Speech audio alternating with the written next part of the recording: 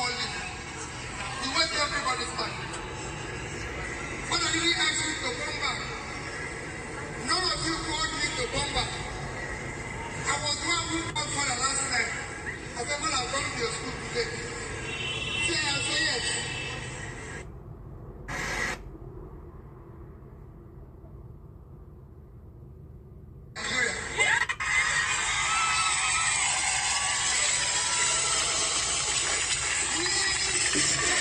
We the politicians spend too much time talking about politics. While leaving the Nigerian children, the Nigerian people to suffer. That's not what I'm here for. I'm here to support what you're doing. I'm here because for the future of this country, we need to invest in you.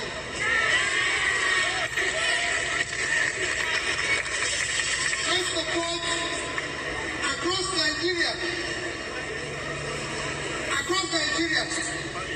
I support over 50 School of Nursing Sciences.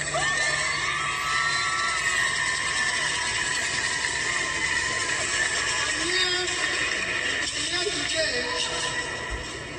On Wednesday, I'm going to be somewhere in Nigeria in a school of nursing science. Next Monday, I'm going to be somewhere in similar school, and I can go on and on. 52 weeks of the year, every week, I must visit a school, a hospital.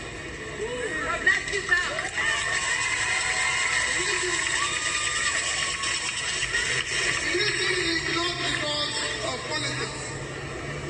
Because people think it's because of politics. No. I've done this before I entered into politics. I've challenged every politician.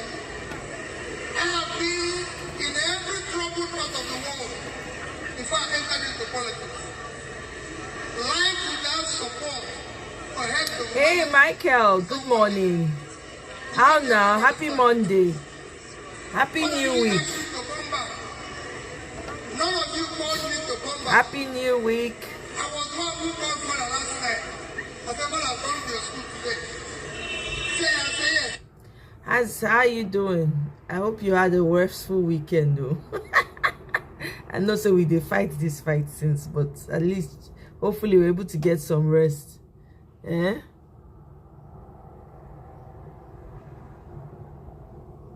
I know. Now time for me to wake up anyway. Person not they sleep now forever. Eh? Thank you. I appreciate. I appreciate. I don't wake up since so. Me when I don't go exercise this morning, do everything. My morning don't already set. Me when I already set for the week. Shoo. I don't already prepare myself. When I wake up this morning, I don't know how many things I don't do this morning. You go shout. Yes. Onto this coalition thing. Nigerian business na serious business. May I tell now what I see, find out.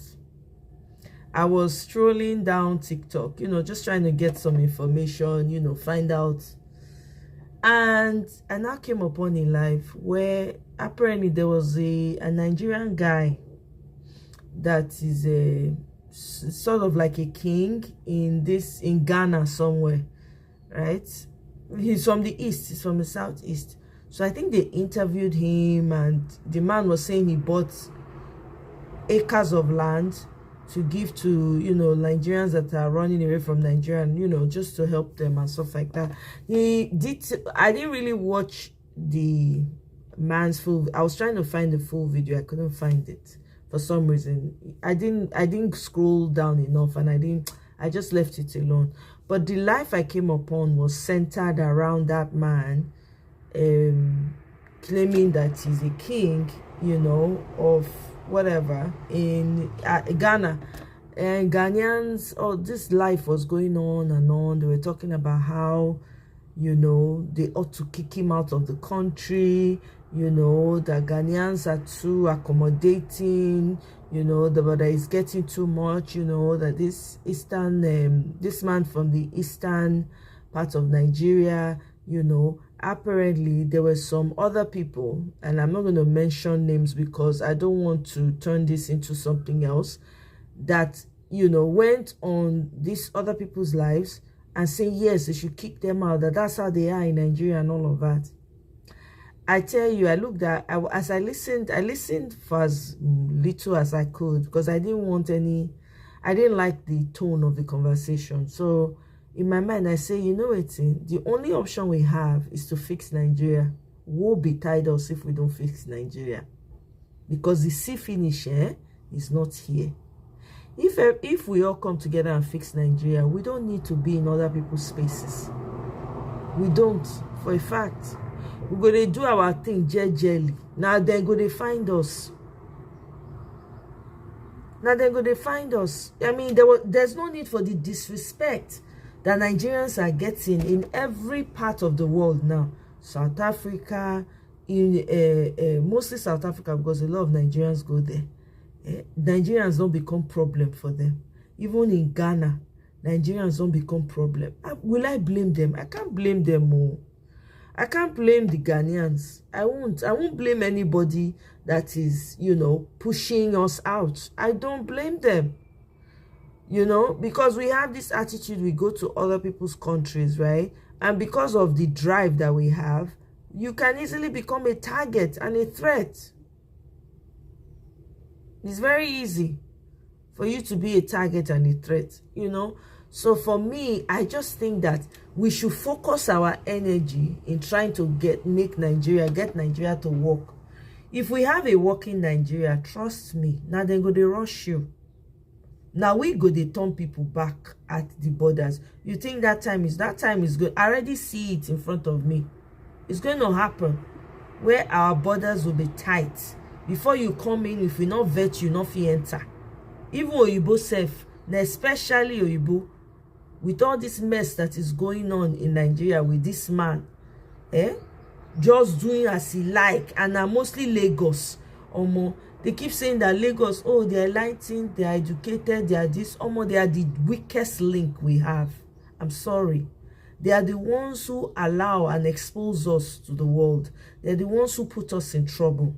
The earlier we start dealing with Lagosian politicians, especially, the better for us. I'm telling you. Because they are the window to our world. They think that everything starts and ends in Lagos. It does not. It does not. Most of these politicians, most of these Lagosians, all they care about is their stomach and the luxury items and the access to the world and all kinds of things that they have. That's all they don't care about you. Africans, Nigerians, Ghanaians, South Africans, Kenyans will not kick out Europeans or Asians and can even call them brothers and sisters. But to us, other Africans are our problems. Exactly. This is what I'm talking about. This is why, for me, I'm happy that it is happening. You know why? In a way, I'm happy because Nigerians will have to learn a hard lesson. They have to, because other Africans, all these South Africans, you don't see them mounting pressure and kicking out the Oyibo people that came to forcefully take their lands. And the Nigerians even supported them and donated money. I went to school with some South Africans. I went to university with some South Africans. Yeah. The government gave them free accommodation. I remember vividly. Some of them were my classmates. You never heard anybody talk about kicking them out, treating them bad, buying them. It not happen. I don't know, maybe it depends on people's experiences, but the one me know for where me grew, right, and where I go school, South Africans who came to school, I saw them. They came in groups from the ANC at that time. So all this, self-hatred when we they do each other for Africa, at the end of the day, the real enemy we no go touch. Now the ones when we they closest to now, we they put all our frustrations on. If this does not teach Nigerians a lesson to get it right, I don't know what will, to be honest with you. I don't know what else will. We have to get it right. We need to get sense. Everywhere you go in the world, look at what happened in Kenya. Look at what happened with Nnamdi Kanu in Kenya. Should that have even happened in the first place? Somebody runs to your country for safety. You sell the person out.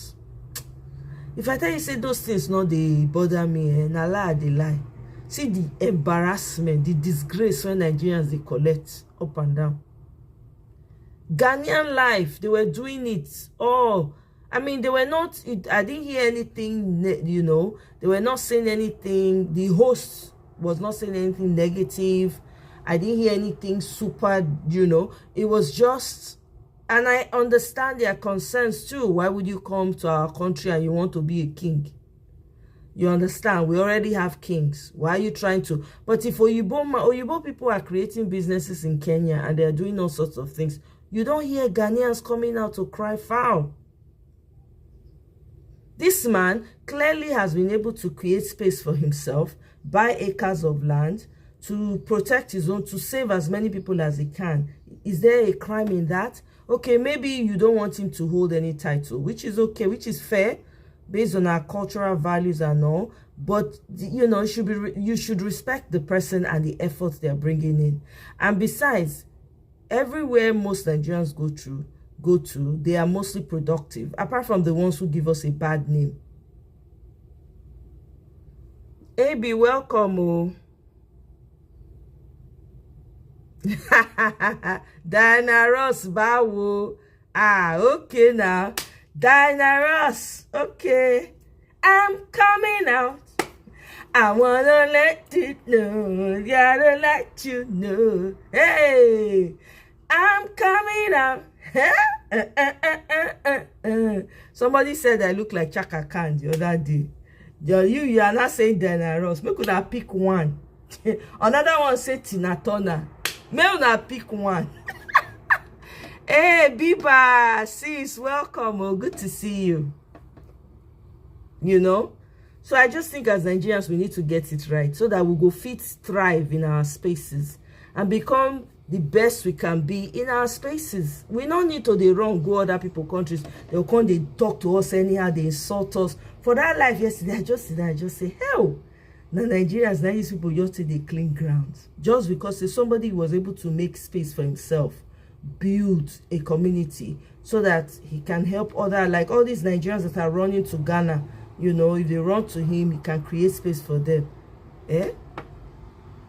I don't know. That way me think be that too. I think we need to get it together. We need to know what we're doing, Now, on the coalition subject, I've been thinking about it, I thought about it and I was like, you know what? Maybe the reason why Atiku is coming out and saying all those things and all of that is to, in many things, it could be to test how people will receive it. It could also be a decoy, it could be many other things, right?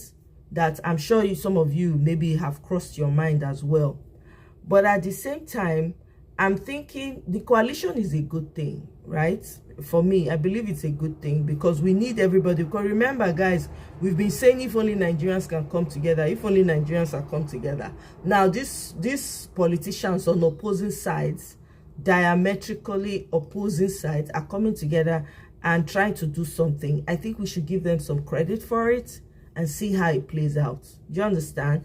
Based on PO's interview, PO has been able to clear a lot of things for us.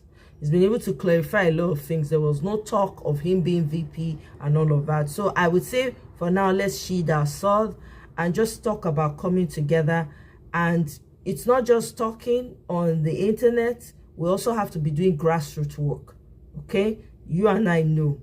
I think it's clear to everybody. Politics is not won. Election is not won on the internet. We got to do the work, even though we did it before. Okay, so we did it before, let's do it again. But this time we're going to level up even more.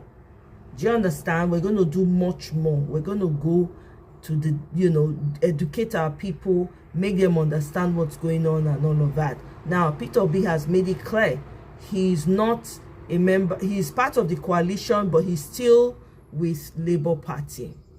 Bamidele, welcome. How are you? Long time. Thank you very much. Yes, so guys, please, as you come in, like, share the video, subscribe if you have not yet subscribed. Let me see. AB, I've said it a million times. Nigerians give Ghana too much free promo and marketing.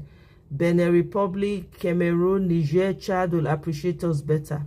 Yeah, but do we even need to go to all those places apart from visiting or maybe doing business? We have the most fertile and vibrant place. We don't even need to be there, right? So even if you're going to be there, to be by, okay, choice, and you'll be respected. As a change agent, it's important to change Nigeria because it's embarrassing to be so educated and intelligent. Exactly. Bamidele, exactly. We are top of everything, but we can't get it right at home. That's messed up. Do you understand? That's messed up. So for me, this is why I'm saying that we should all come together and fix Nigeria in our own in the way best way we can. Now we have an option. We have a Peter Obi who stepped up, and you know, he's clarified a lot of things that was, you know, foggy to us, that we didn't quite understand. He has clarified it for us. So it is now up to us to take this forward. Do you understand? It's now up to us to take it forward so that we know what we're doing. So let me play this video for us, actually. Let me start by playing this video.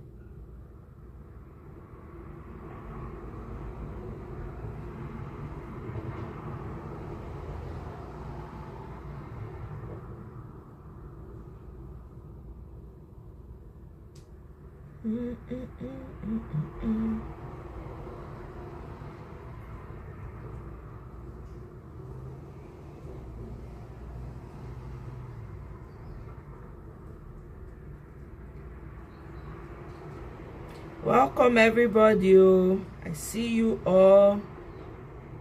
I see you.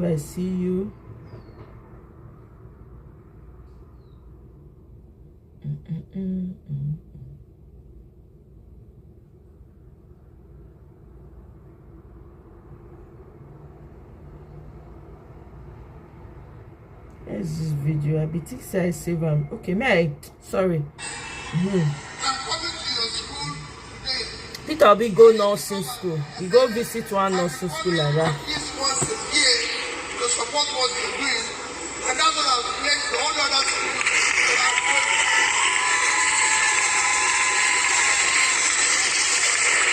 I don't have any, maybe I have. I don't have any of my lecturers who are here. I don't have my children. But let me assure you, wherever I go, I do this work.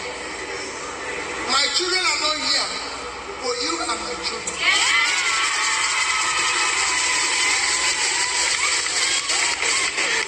Here about you is very important. You might not know what you are studying. By year 2030, the world will be shortage of nurses to work in hospitals. Because healthcare is the most important thing today. When I was here last year, I came with a young man who was then my PA. Today, Michael Jude is no longer my PA. Reason, he married a nurse. And the nurse was given a job in the UK, permanent residency, which includes Michael Jude.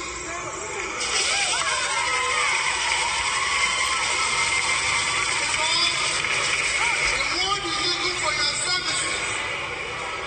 You are studying to be a global personality.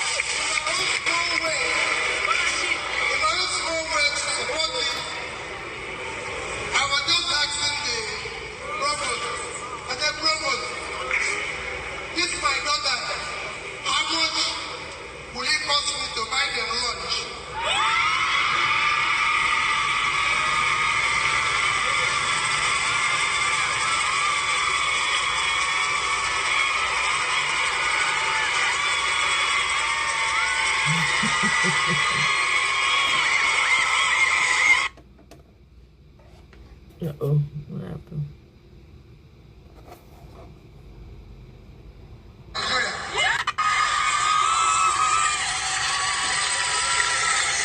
Okay, it was over. There's a video I wanted to play for you guys. Where is this?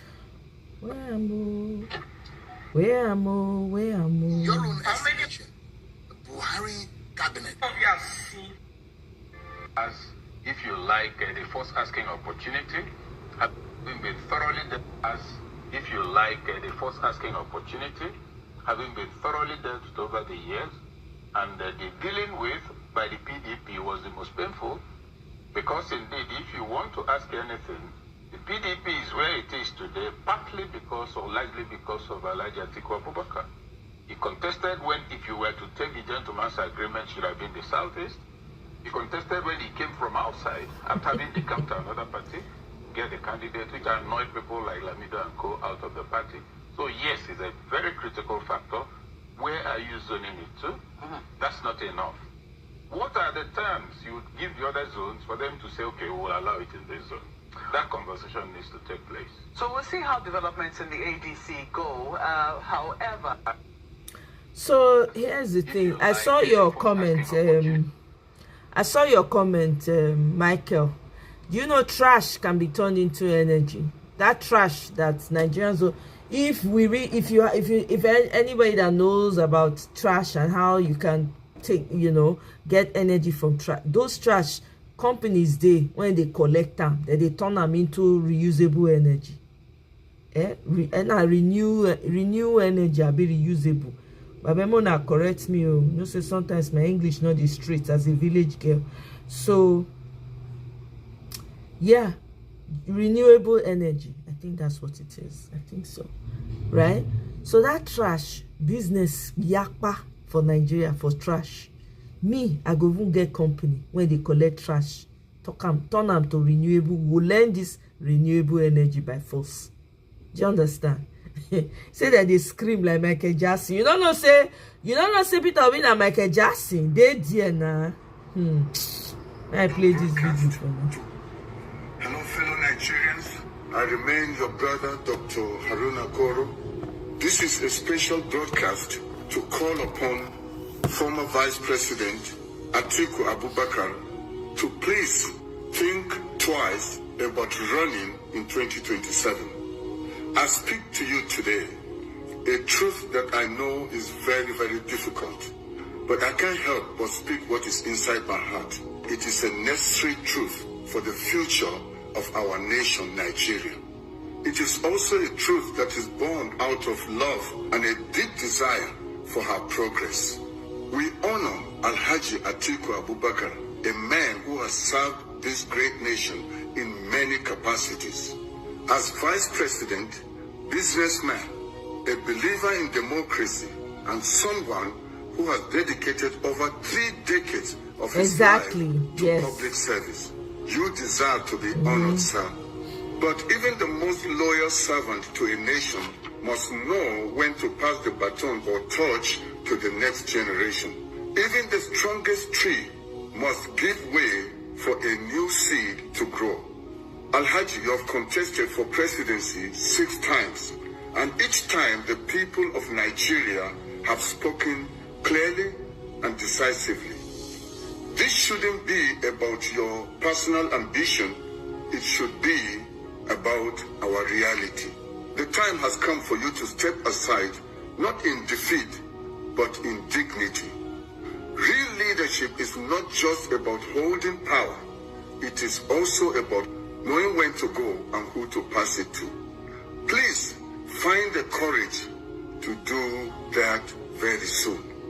In 2019, you saw potential in Peter Obi and you chose him to be your running mate. In 2023, both of you stood as presidential candidates in 2 different parties. Your votes were split, giving room to the rise of this present regime of tyranny. Wisdom demands that you should be wiser this time around. It is said, once beaten, twice shy. But when It's not just once beaten, but several times beaten. It is time to know God may be saying something. And now we see a different kind of leader rising. Peter Obi, a man who in 2023 captured the hearts of many young people, of everyday Nigerians, and those who had long given up hope in politics.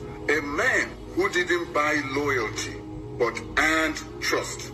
He didn't come with billions like others. He came with ideas, vision, and integrity. He did not speak at the people, but he listened to the people with a vision for a promising future. This is the kind of leadership that Nigeria needs now. Sincere, focused, and accountable. Nigeria is not a country of old men alone. It is a country where over 70% of our people are under 35 years. We cannot continue to be a young nation led by those unwilling to make room for the next generation. To truly move forward, we must choose legacy over ego. We must make way for a new Nigeria. This is not the time to divide the opposition. This is not the time to settle scores. It is the time to unite to save Nigeria. It is not the time to compete when we should collaborate. This is my humble call. I have not been paid to do this. I did this because of my love for a new Nigeria. To bring an end to this regime of tyranny, all of us must come together, unite, irrespective of our tribal differences or religious differences. We only have one nation to call our own nation, and that nation is Nigeria. And Nigeria must rise again. This is the time to see the birth of a new Nigeria. Once again, thank you, Alhaji Atiku, for being a great statesman and stepping aside to allow the birth of a new Nigeria. Thank you, everyone. May God bless you, and may God bless the Federal Republic of Nigeria. Yours truly, Dr. Haruna Goro. Bye-bye. I thought that was quite apt to Atiku Abubakar. I'm sure that, you know, a lot of us have been concerned about it, but this was pretty apt. That's why I brought the video here, so we can both listen to it, you know. So so a group of people in northern Nigeria, in Kano to be specifically, they staged a peaceful protest. They're begging Peter Obi to run for president in 2027. So I'm going to play that video for you guys.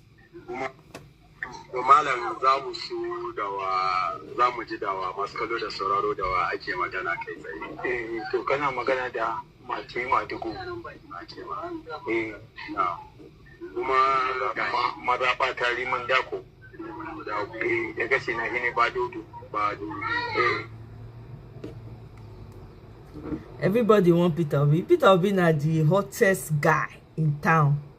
The hottest in town.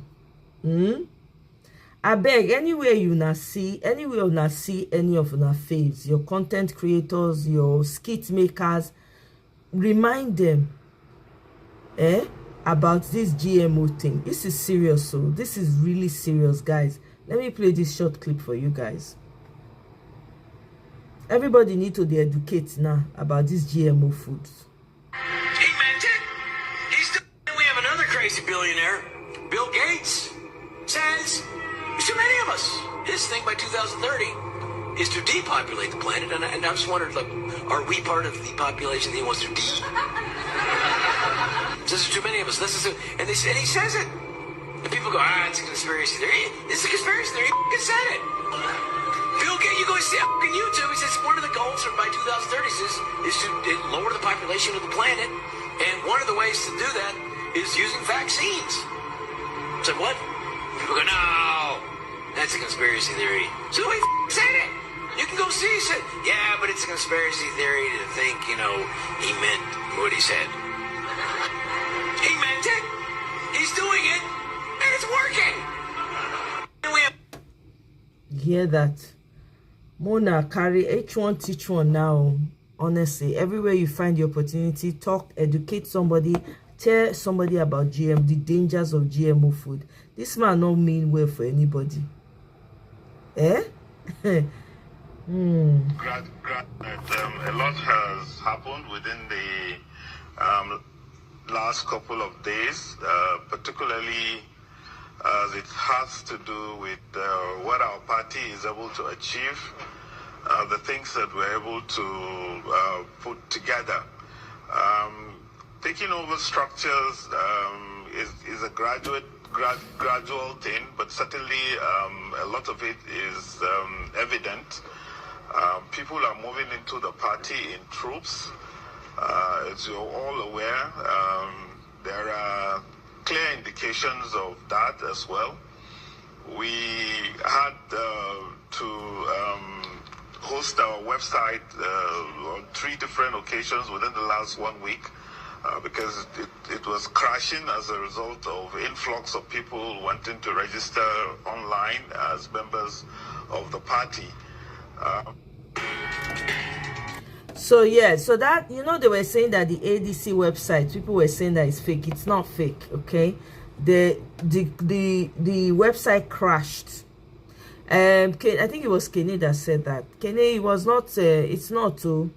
The man just said it now on 3 different occasions within the last week. We had to host our website on 3 different occasions within the last week because it was crashing as a result of the influx of people wanting to register online as members of the party. Okay? Come on, this I beg somebody that knows. Maybe Michael, maybe you go fit, maybe you know. This registration when people they do for ADC, I hope so they're not go use and take claim, say the people they register, the ADC people members is so and so millions. What do you think? They not claim Peter Obi people join, no. And they get second thoughts now. But for obedience.com, we can go register, I beg. At least that one we know say clear. What do you think about that one? They feel claim us as their own if we register. Cannot trust these people. Everybody need to think more.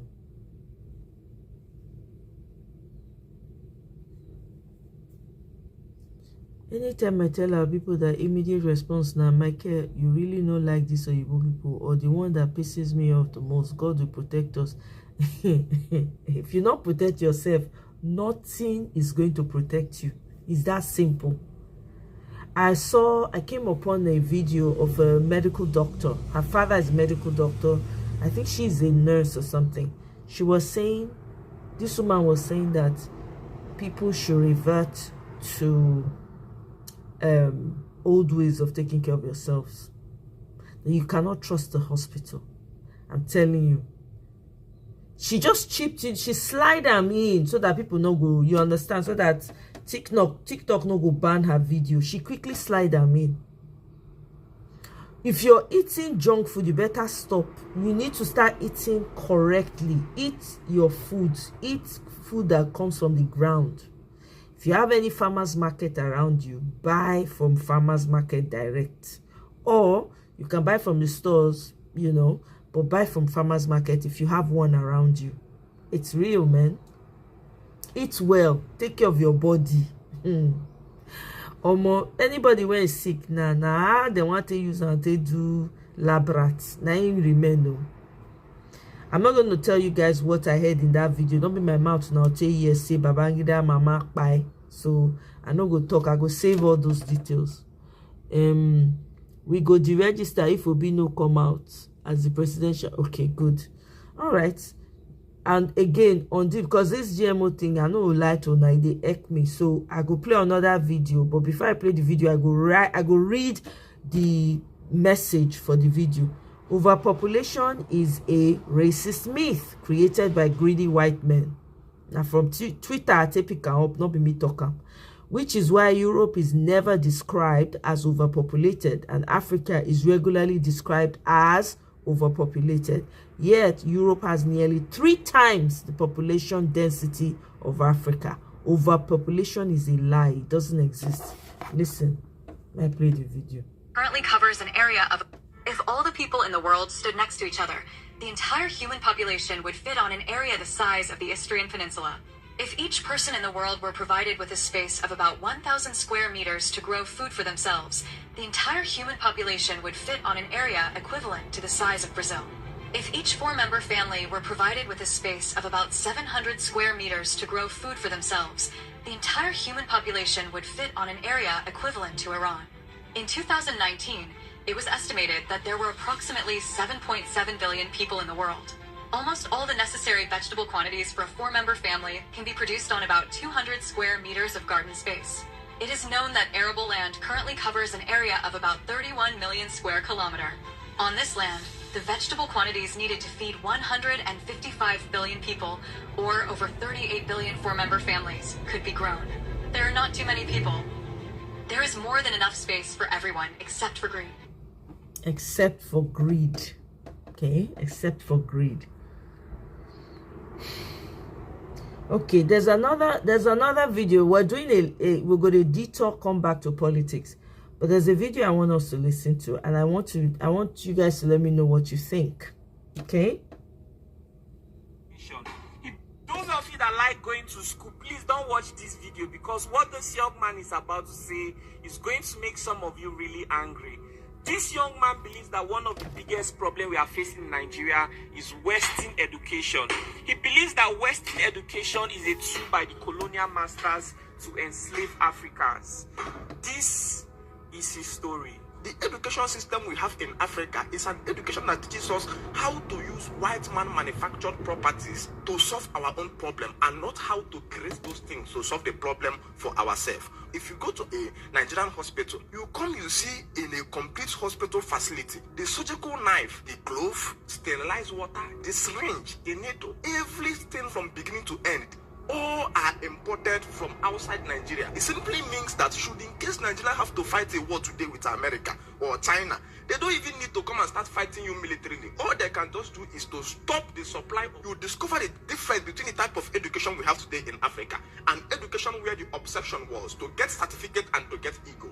A man is studying because he wants to be called a master degree student. A man is studying because he wants to be called a PhD. That man is not asking himself, since I became a master's degree student or a professor of food nutrition, which food have I added to the ofe which my grandmother discovered? Bro, you say that Western education is one of the biggest problems we are facing in Africa. Can you explain what you mean by that? Western education in Africa can be likened unto a man who have a dog in his house. And so the man began to train the dog on how to go and get an orange. And at some point, the dog began to adapt to that teaching because of the level of intelligence that is available to the dog, to conform to new learning, to conform to new teachings. And so anytime he says to that dog, go and get this orange, the dog easily goes and fetch it. But one thing the owner understands perfectly well is that dog intelligence and teaching available to it only stops at going to get an orange. The dog can never come to a point one day in his life that he will begin to think about how to plant an orange by himself, grow the orange, nurture it, and have it as his own. So the day he stops providing oranges for the dog, there will be nothing at all for that dog to pick. So the education system we have in Africa is an education that teaches us how to use white man manufactured properties to solve our own problem, and not how to create those things to solve the problem for ourselves. For instance, if you go to a Nigerian average medical today, a Nigerian hospital, you see in a complete hospital facility, the surgical knife that the doctor is going to use to carry out an operation, the glove, the sterilized water, everything from beginning to end, the syringe, the needle, all are imported from outside Nigeria and comes available to the doctor.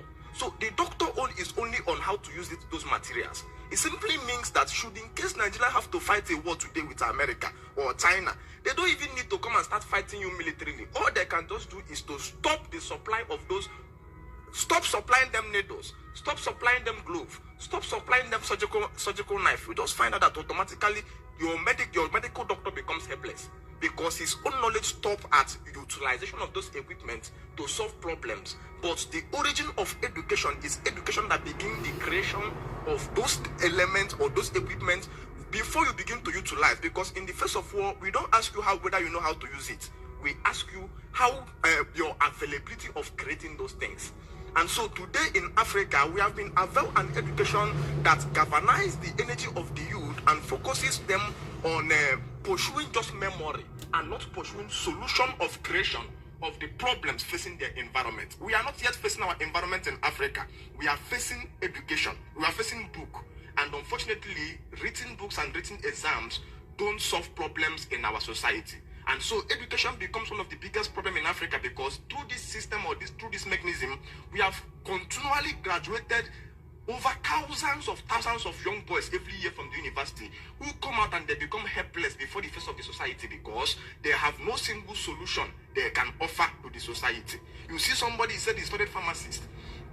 In the company where he's working, all he's doing is receiving drugs, mixing the drugs together, and then selling it to the public. But all the drugs from beginning to end come from India. You come to talk about the paracetamol powder, the ibuprofen, everything comes out from outside Nigeria to him. All he knows is now to just sit down there and be selling those drugs for people. And the next thing that pharmacist began is to start getting jealous that there is another young guy out there who didn't study pharmacy and that person is selling the same drug he's selling. His anger is not that he has much more better knowledge than the person. His anger is that guy didn't have certificate that he had. So the ego was built for certificate, because certificate is just a license that gives people right to earn money. That a man who has spent years in school learning something that does not solve any problem should be paid to keep the man's stomach being fed and then enhance the ego of that man, even though that man have no solution to any problem in the society. So in this system, we have continually graduated young boys who becomes a threat to security, a threat, because an unemployed man is the real evil in existence. So I am of the organic resurrection of an African education system that will reflect our values, that will reflect production, that will reflect solving the problems in our society. Because you see, when you hear Western education, the person who called it Western education is not stupid. No, sir. The person who called it Western education understands perfectly that this education was created for the sole purpose of building and sustaining industries in the West. It's just like an ego created an education, and the ego calls it ego's education. Everybody knows that ego's education will only train the ego and enhance the ego on how to pick and kill the birds and other animals. The ego's education can never serve the birds or the chickens. What they know perfectly well that ego's education was created to kill other animals. Meanwhile, the birds' education, the chickens' education, will help them to run away or escape. So why the white man created an education system that keeps us mentally busy to be exploring and utilizing all their resources? Then an African man have to look in to begin to think about the type of education system that once was before the white man came. Because education actually emanated from Africa. Growing up with your grandfather, discover a point comes in the days of your life that even though you are growing with him, they says, which work will he learn? Because every community have a particular skill that they are known for. Some communities in their excellence, they do blacksmith. When we're talking about blacksmith, we're talking about people who created metals, hoes, gone. Before the white man came, we have already begun to farm. And we're not farming with our hands. We are farming with metals. So there are people who have mastered the technology of using metals already and molding them into different shapes. So education that was available in those days was that the young boy will be taken and go to learn those things. And then you discover if this boy is allowed to learn these things, that boy begin to innovate. Automatically, as the boy is coming up or coming to maturity, source of livelihood and survival is guaranteed. And so the boy can easily pick up a wife. Some of them goes to learn orthopedic surgeon. You come in a particular community, you know that this particular community was known for certain bones. Some of them knows how to do midwifery. You see a particular man that says, if your wife is pregnant, we don't have hospital here, but to go there, you will not die. The assurance was there. So the education was fixing the environment. And so you look around us and you ask yourself, so there was no white man in our society, and yet our ancestors they discovered palm wine, they discovered palm oil, they discovered many things. The reason was because in your culture, you face your environment. And the origin of innovation is a man who looks at his environment, desperate to solve the problem there. When you begin to think in that direction, automatically you discover the difference between the type of education we have today in Africa and education where the obsession was to get certificate and to get ego. A man is studying because he wants to be called a master degree student. A man is studying because he wants to be called a PhD. That man is not asking himself, since I became a master's degree student or a professor of food nutrition, which food have I added to the food which my grandmother discovered? Because you look at the food we eat today, it is the same, exactly that same food our grandmothers discovered. Ogusi, Ogbono, Nsara. So you that studied, that had PhD as a food nutritionist, which food did you add? You find out that all knows how to do is to speak big grammar. Because if today the white man understands perfectly that if our pharmacists begin to discover how to build drugs from a cassava starch, automatically money is pushing directly into your village. Development starts coming there. The farmer starts getting rich. And then again, the pharmacists start looking directly into using those herbs in the bush to create drugs. Automatically, the pharmacists start even helping in forest preservation. Because once you begin to utilize those things, you create wealth out of those things. So what we have in Africa before the white man came is a functional education that prepares youth. So that in those days, you don't see a young man that people says he doesn't marry because of his financial incapability. Because the best route of a man getting into family is a man who can take care of his stomach. But today, numerous of African youths are gallivanting all over our streets, helpless, and they doesn't have anywhere to go. You don't even talk about marriage to them, because when you talk about marriage to them, you are like a man talking to somebody who have no hope. But like a man talking to somebody who have not even fed himself. He have produced people who are very, very, something happened in our class, final year students. 5 people have studied 5 years in the school. And then the lecturer asked a very simple question in the middle of the class. He says, how many of you want to travel outside Nigeria after graduation? People who are about to graduate in 3 months' time. And then 70% of the class raised up their hand. The lecturer says, how many of you want to come back if you finish traveling? Everybody returned back their hand down. And the lecturer waved his head in agony. He says, you people need to think, you people need to change the way you people are thinking. And what is the ideology? 5 years in school has provided a bountiful food that couldn't provide any value to the society. And what the society is looking for is value, not your certificate or your qualification. So they are about to graduate and they look around and they discover we have no simple solution we can offer to anybody's problem. I am about to graduate and I can't even produce anything. You have this, you find out that you are helpless. You are a contextual meaning of there was a man called Adam, and Adam was found out that he is naked, completely naked. And so they start being that pressure of them to try to travel outside Nigeria where they know they are going to work without the certificate. Because you don't care what you studied in this country. Once you travel to America, Canada, England, all this engineering you did here, you don't put the certificate to one side. You kept the certificate to one side and begin to do what? Work normal job level that they pay people per hour. And he's comfortable with that because the 5 years of keeping him in school was only a journey to get certificate. And certificate don't solve problem. Certificate widens dependency, creates consumers, and creates a society of helpless youth. So when we are talking about restoration of African man culture, we are talking about bringing back African education, no longer Western education. African education is that education that is based on value.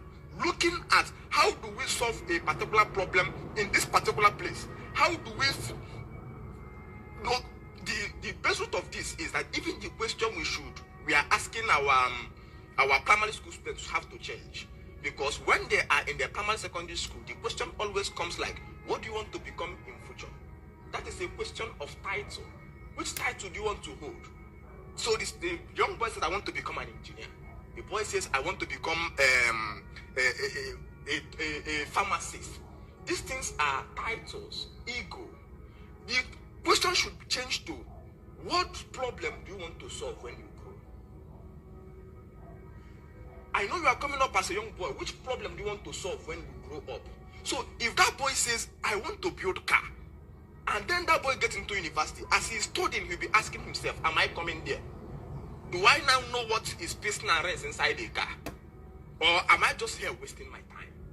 So a boy, as he's going, he says, what do you want to become? The boy says, I want to be something who is manufacturing drugs. He says, that is so beautiful. So as that boy is studying in school, he's asking himself, am I coming there? Am I producing those drugs? The question has to change from what do you want to become to which problem do you want to solve? If that question enters in that dimension, automatically you will see that people are now joining with direction. But today, what we just have is people who are pursuing certificates, because today you want to get into politics, they ask you a certificate. You want to get a job, they ask you a certificate. You want to get everything, they're asking you certificate. Because certificate is just a license that a man who has spent years in school studying what does not solve anybody's problem have to be paid money to keep him his belly taken care of, so that he continue producing more fruitless. That's people that doesn't bear any fruit, any solution to anybody's problem. And that is why Western education comes with exam. Western education writing exam is a proof that Western education doesn't solve any problem in the society. Because when you are in the axis of anything that solves problem. What do you guys think?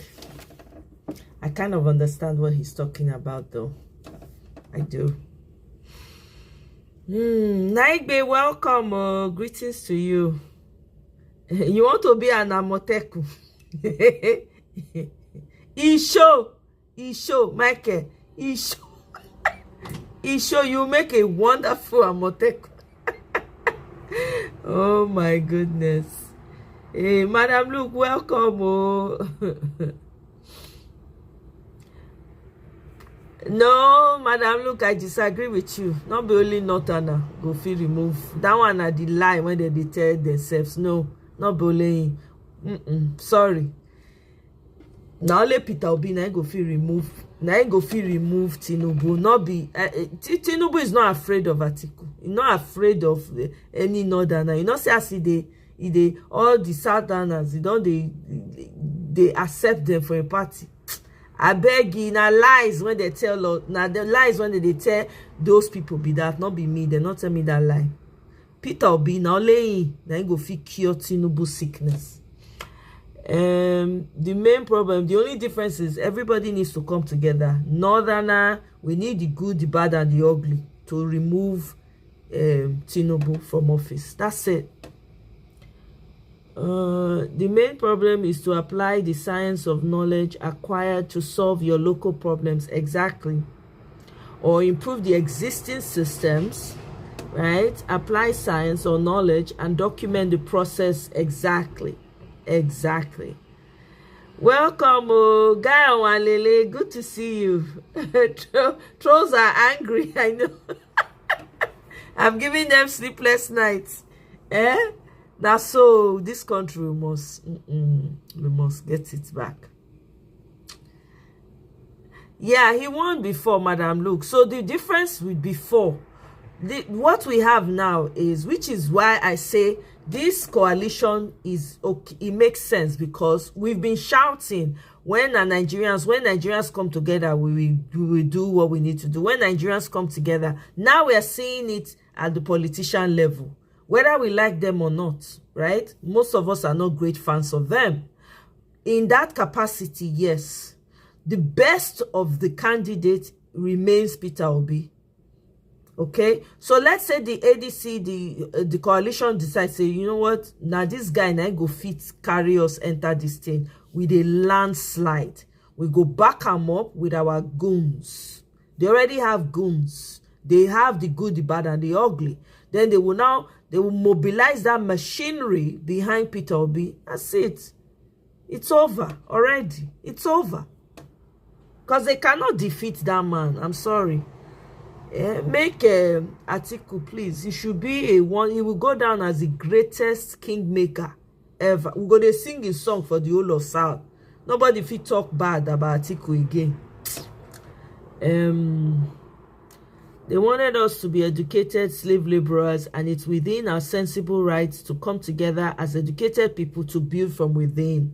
Exactly. That's what I thought too. Education is not a scam because it gives you a more diverse, a broad spectrum. It makes you see things wider than what's right in front of you, right? It makes you aware. I mean, of course, there are people who just cram and just to get out of school, right?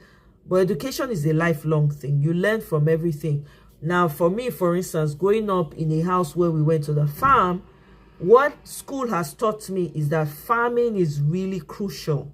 because you have planting season. You have when there's a time where you break up the soil so that you'll be able to plant your seeds, right? And every seed has its time and process. There's planting season, right? There's a season for grooming, when the rain will come. Do you understand? And water the soil, water the seed so that they will grow. And then there's harvest time, you know. So that's what it has taught me, you know.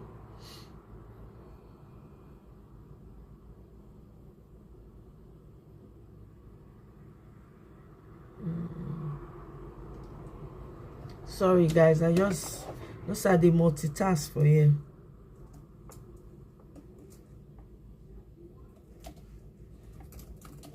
Actually, I have another video for you guys.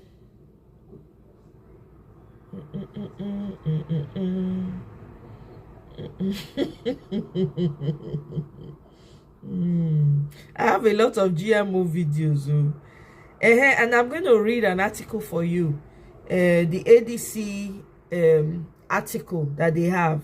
All right, I'm going to read it because I stored it. I saved it.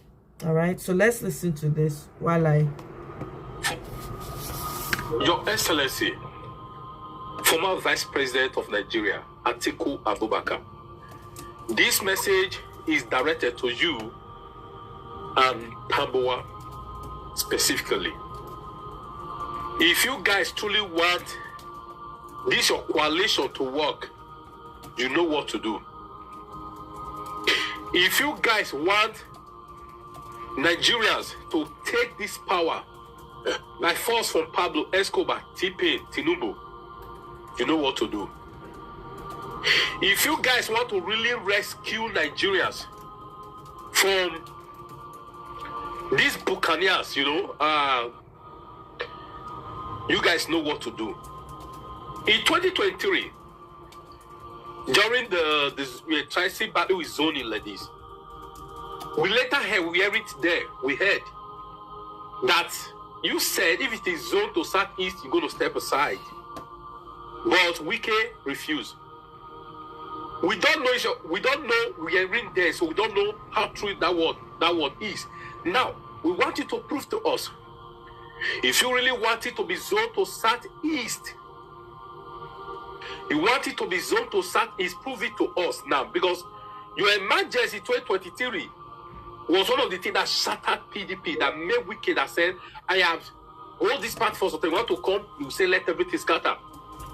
Because I'm beginning to see it now. You are Tambowa, the game you played. The game you played in 2023, you want to play it in this coalition. Is what I'm saying now. Please don't indirectly tell the likes of me, Holy Ghost, and some few others that you are an enemy of Nigeria. No. Your ability to know your timing in life is wisdom. Even the Bible says, Holy Bible, it says, teach us to number our days. 1, 2, that we may apply our heart to wisdom.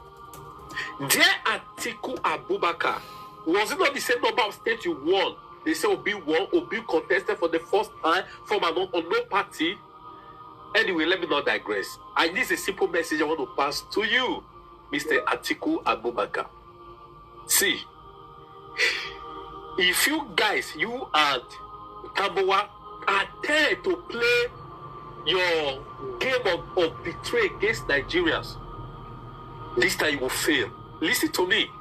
When I say against Nigeria, try to do your money back politics, your merchandise politics.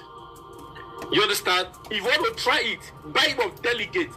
We should know that Peter Obi who said he would do that. Would you want to do it? You have just proven to we that you are an enemy of Nigeria. Firstly, some of we, the youth, we don't trust your coalition. We don't trust it because the same old cargoes that are there, say criminals that have come to merge with Peter Obi. Yes, we don't trust you guys. That's a fact.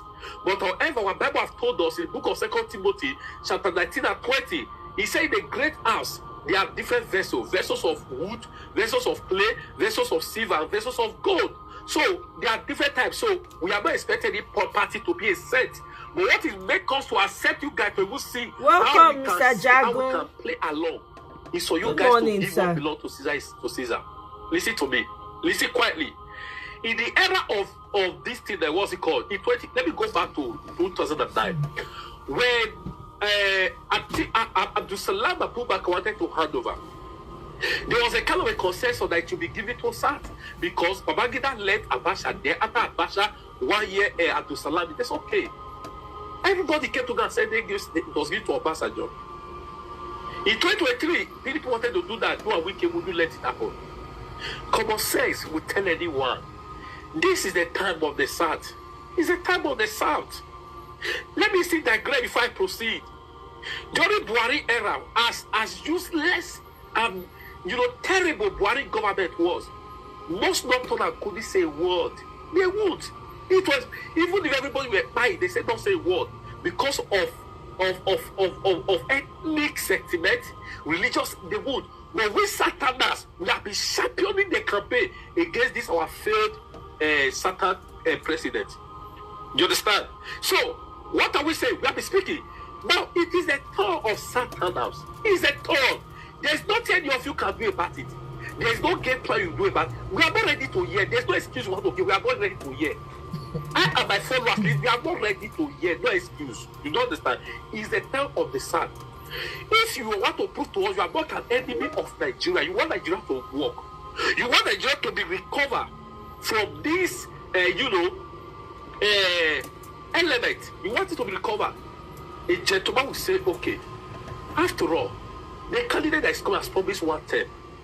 Following this antecedent, this guy is a decent and a gentleman, Peter Obi. Let it go to the side, just 4 years. But have a deal, please. After that, you have to support us. It will come back to you guys easily. But see, Atiku Abubakar, if you scatter it, now what you is this is a warning. See, okay, if you decide to proceed and you decide to play this your game plan, one thing is sure. On this Holy Ghost platform, everybody know I don't like Tinubu. In case some of you are not aware of this, you are not aware of this, maybe you are hearing for the first time. There is an instruction that when I arrive in Nigeria, Tinubu should, they should pick me for airport, for presidency. You should know that. But let me shock you. As much as I don't like, let me say this in pidgin English before I start off for Tinubu for Facebook ad. As I dislike Pablo Escobar rich, if by any means, any chance, you want to run against a current Satan City president, you want to click the ticket to run, one thing is sure, not only will I say, I will not vote for you, no, I will use my platform and campaign against that ticket very well. There's nothing even my father in the grave will tell me. There is nothing anybody will tell me. I mean, nobody on the surface of the earth will tell me otherwise. They not give the ticket to Atiku, who cannot patient and wait let a certain time to finish. After a not time finish last time, you couldn't wait for a certain time to enter. Your greed push you. Voila. Now again, I will campaign against you vehemently. With my spirit, soul, and body, I will campaign against you. Or anyone. And that one is for sure. That's number one. To decide to proceed, we show that we prove to Nigerians, especially Nigerian youth, you are indeed an enemy of Nigeria. It will also prove to us, you guys don't want to use the head of Peter Obi, use the fame of people before. Peter Obi is not this, Peter Obi is that, no structure. We also ignore your word during 2023 president's campaign, where he said they cannot vote for an Igbo man in a call not. We also ignore what you said that what's it called? It's true you an Igbo person. Come on now, can't you guys be a gentleman? Must you be selfish and greedy? And Igbos have been complaining for long. They want to opt out of the country simply because they feel, there's no inclusion. There's time for you to prove, okay, we mean well for Nigeria. For conscience sake, for the sake of inclusivity, no, I will step aside. Let's support this Igbo candidate. Let's support. Since the return of independence, it was no, let's support. A gentleman will do that. By the time, after 4 years, he refused to leave. He has finished the 4 years of a satana. He want to enter that of a law. That is when people like us will also come and fire him. That is the truth. But for you to say now, you must contest against a certain man.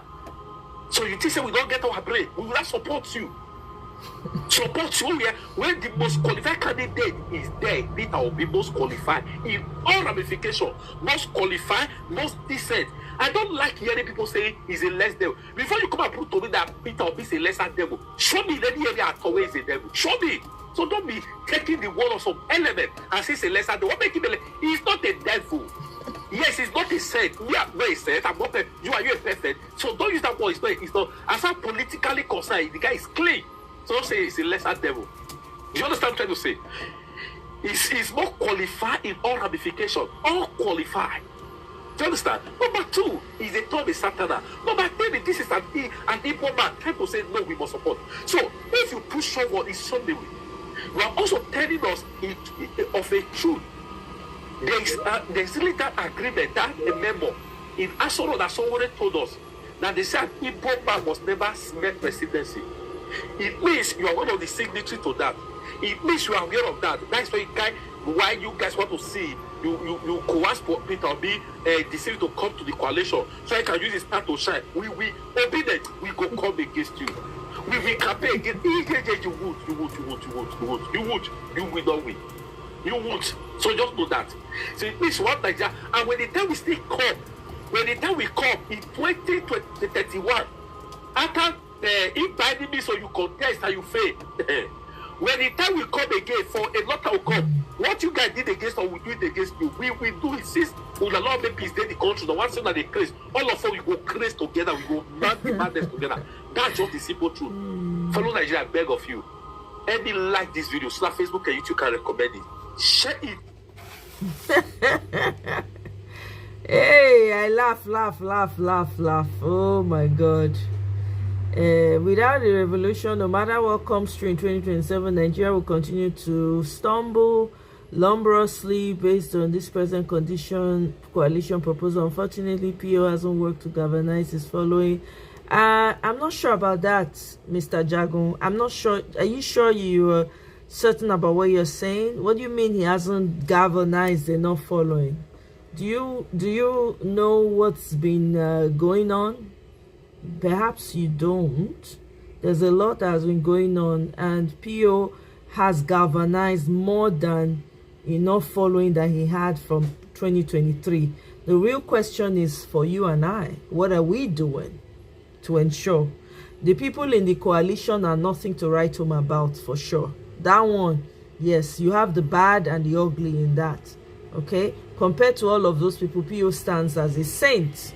So, but to say that PO has not governed, the man has not slept one day, he has not rested.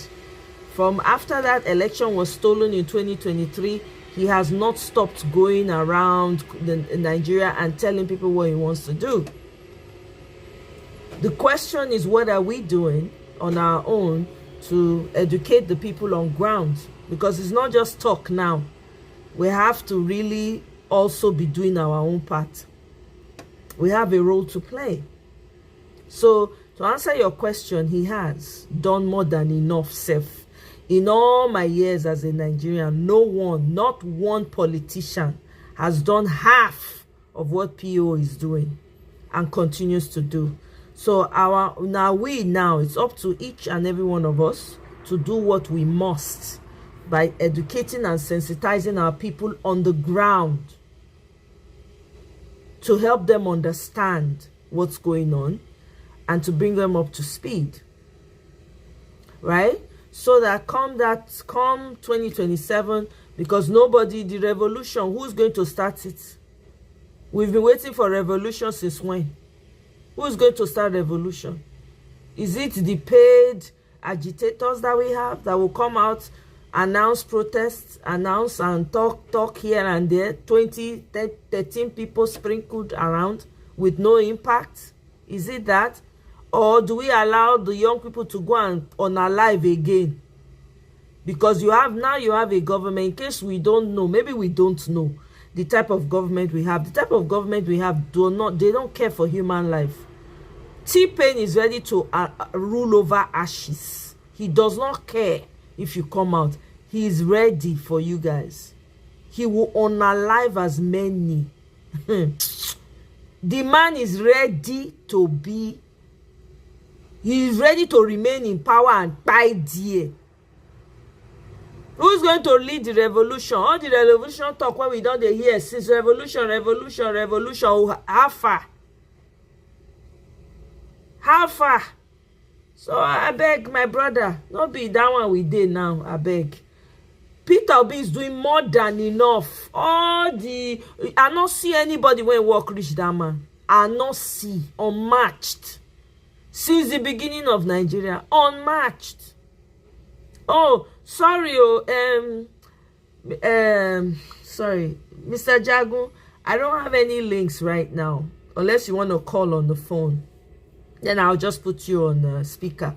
That's the only other option. But you know, it is what it is. We cannot pretend like we have not been seeing the work rate of PU. That man, he has more than 6 million. You know how many people don't register for obedience? It will correlate. The 6 million voters will correlate more than before. You know how many we get now? How many obedience don't register for obedient.com? But will not downplay what this man they do. The man has done an amazing. Now the question now for you and I now as Nigerians, when we want to see that country work, the question now is for you and I. Like, what do we do? What do we do? Are we doing what we're supposed to do? I want break English today. Are we doing what we're supposed to do? Not to welcome. Oh, how you doing, my sister? Our market, our business. You know. Sorry, I missed a lot of the comments. Let me go back here and catch up.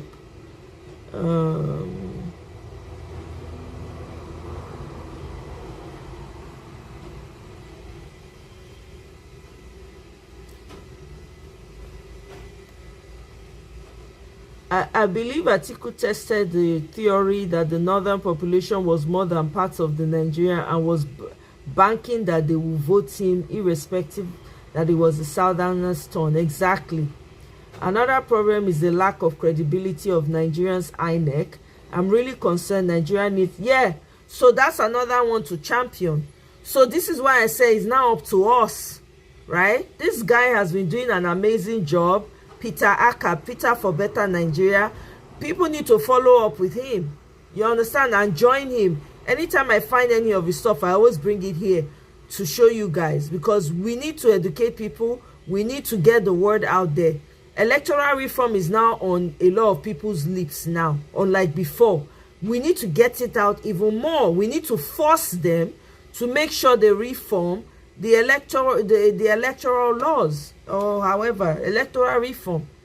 We need some things to happen, you know, with that.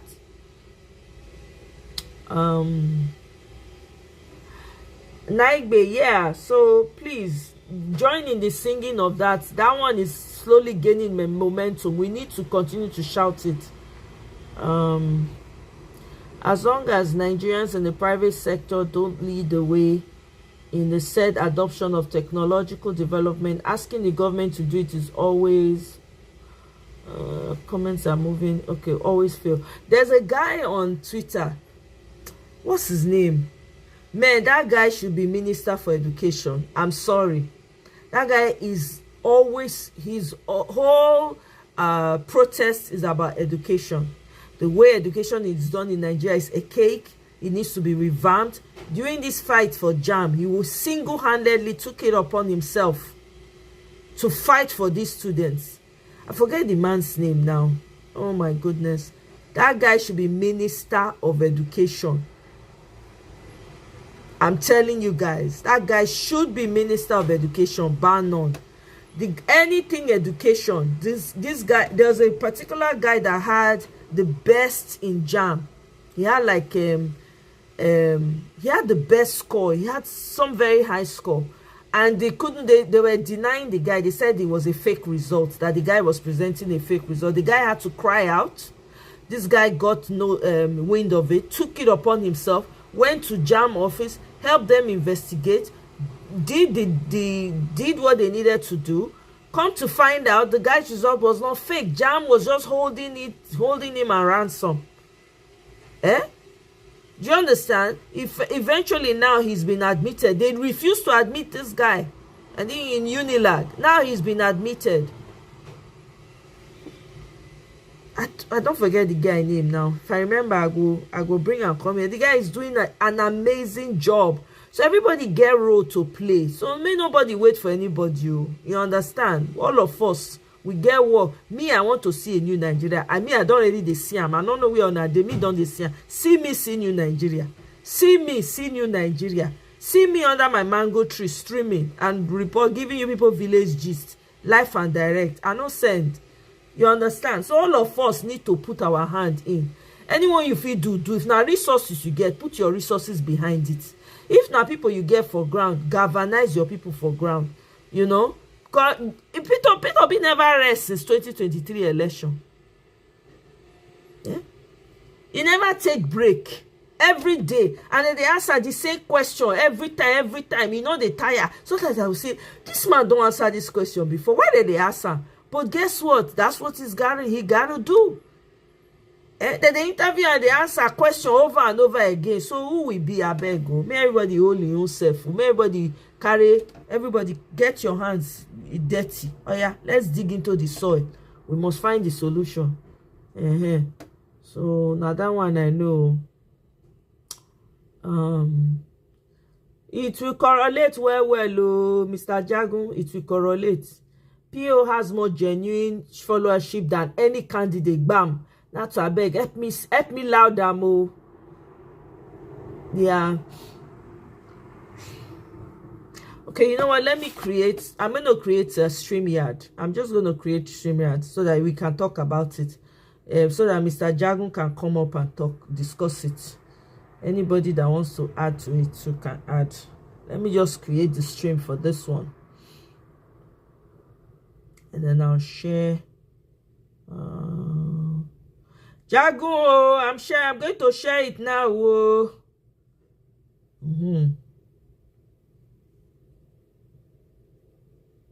Share. You guys don't have to move. I'm just creating the StreamYard within. So anybody that wants to talk, I'll just share my link with the person.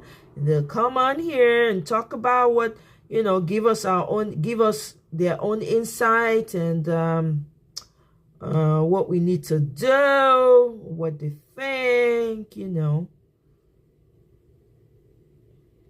Yeah, that's true. We need reforms. Even that's what Delefaro to me is standing on, that 10 doors down. So everybody get work when they do. That's what Delefaro to me is standing on, that 10 doors down. Sorry, echo. Sorry, Mona Novice. All right, I don't share my link. Yo. Anybody when get waiting one ad, make it come talk.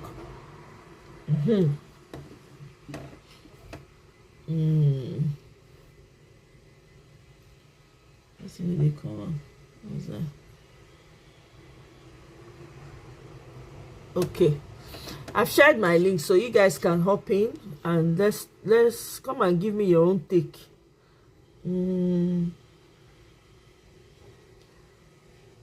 Let's see. I don't trust Atiku. There's something wrong and off around him. Let him surprise me. I wait. Honestly, I don't trust him too. The guy is desperate for power. He's desperate. That's the problem. We know that, right? We know that. Mr. Jagun, welcome. Very nice to see you. The glasses that suits you very well. I have similar glasses actually. Oh, really? Oh, okay. Everyone can hear you. Hi. Thanks for coming up. Thank you so much. Thank you for the opportunity. We continue to fight too. Thank you. Sometimes it's not fight. It's as you said yesterday. I was keen to join in yesterday in terms of what was being said. Yeah. And I think you landed many good points, especially in that at this time, the engaging of discussion, be positive or negative, is very, very necessary. Yeah. Obviously, you don't want time wasters, but I was pleased in what you said as to, look, we've got to know what's going on both sides. And I believe that to be where we are. Because, none of us has a crystal ball, and we are not seeing into the future. And given that, from 2023, when we were all very excited that it's a big possibility that Peter Obi comes in, we're all, the people who are thinking well of Nigeria, I suppose were thinking more like that. I certainly was. Now, given that, 2 years have gone. I personally has been quite disappointed with the way the case as to who won the presidency at 2023. I really disliked how that whole thing was handled. And again, it shows me that we don't have a country, in that the judiciary is bored.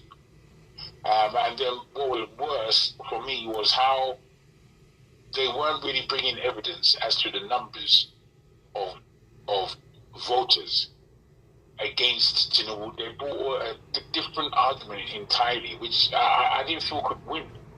Anyway, what my issue is that for as much as I see what Peter Obi is doing, I don't see him to be necessarily well in terms of it's what do you call it? Bringing together the obedient. If you've got 6 million voters and you did that on a platform with Labour, if Labour is too difficult to organise or reorganise, or to get that this platform is a standing platform where you can now begin to really drive things, towards 2027 or that kind of thing, as an opposition. The way Nigerian politics work, I don't really like it. I understand it to a degree, but I don't like it. But given what it is, I don't see that 6 million votes that took place in 2023, are we sure that that's going to increase or decrease? We don't know. And I feel entrance into the coalition, which I don't think he needs, if he's working on really a plan of real action. You experienced one, you know what they did.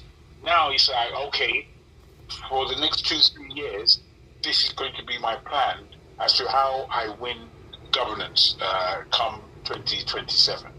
And I've not really seen that, I must say, Omoye.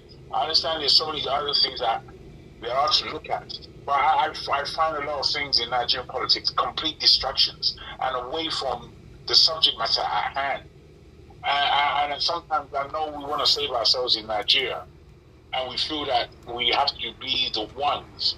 But it's already happened that the AES countries have actually begun this revolution that African countries need to follow. They have begun it. Nigeria should have begun it, but they have begun it. It's the actual fact. And unless you're getting close to that level of governance, I can't see Nigeria going anywhere, no matter who wins. If Obi comes through with some kind of coalition, and he doesn't have Dati Ahmed with him, he has some other person, I fear that is a way of hampering the freedom he should have as a president. And I'm not sure, that the coalition as it's going is a place that I personally would like to be in his position. I wouldn't really like to be there, especially given the characters that are there already. Because he just told you that they're all liars, all of them. I mean, we know this already, but it's pathetic. It's pathetic. Everybody went into APC the time before was telling us that everyone's getting ready, and then this coalition comes. It's like, look at this. Is this politics? It is for real. It's poor. If you're looking in from where I'm standing, it's very poor conduct, which I suppose we've come to get used to in terms of Nigerian politics, but it's poor conduct. It is not going to bode well for Peter Obi, in my estimation.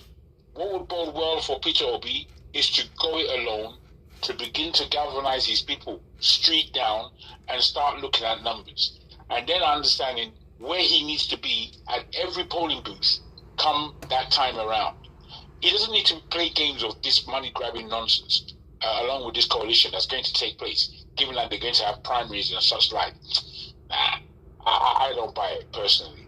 That's my contention, if you understand me. Right. I mean, I understand your fears are actually valid, or your concerns are valid. Let me not say fears. Your concerns are very valid, and you know, I felt like that too. Like, you know, he has the numbers.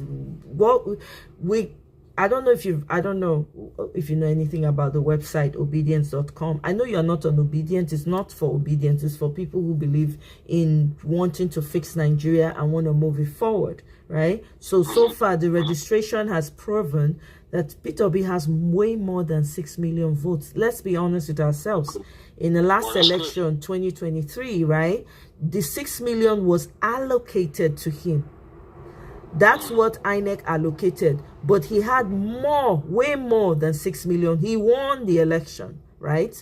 Let's not forget that. So to the point where you made about, you know, him having to go at it and all of that, here is the obstacle that they're trying to put in Peter Obi's way. I don't know if anybody is aware. I'm sure some of us are.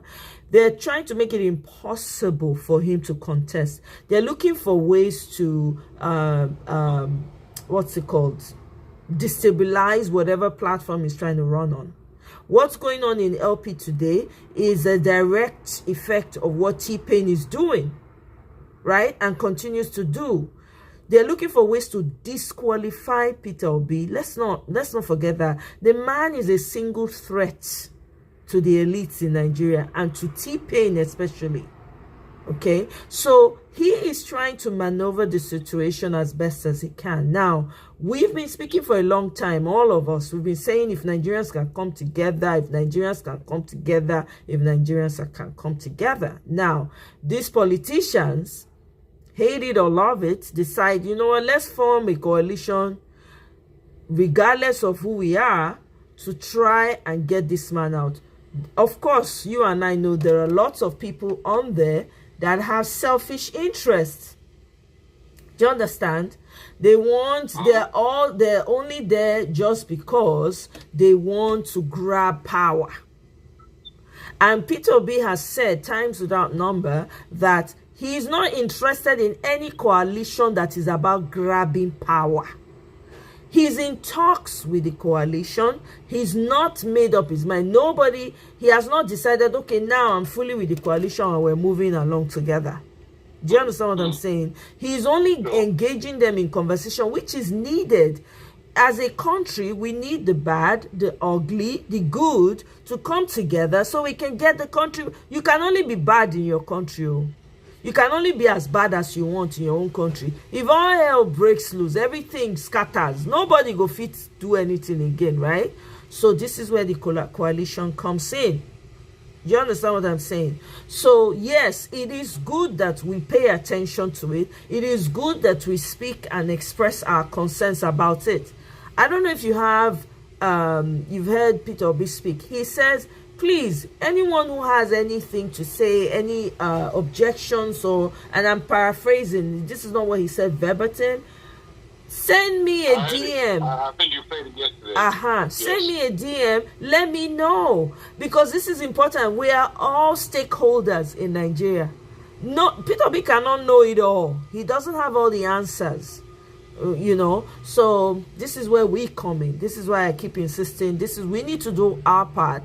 But of course, it is valid. Your concerns are very valid. Your observations are on point. Because, can Peter Obi win the election by himself? Hell to the yes. He can.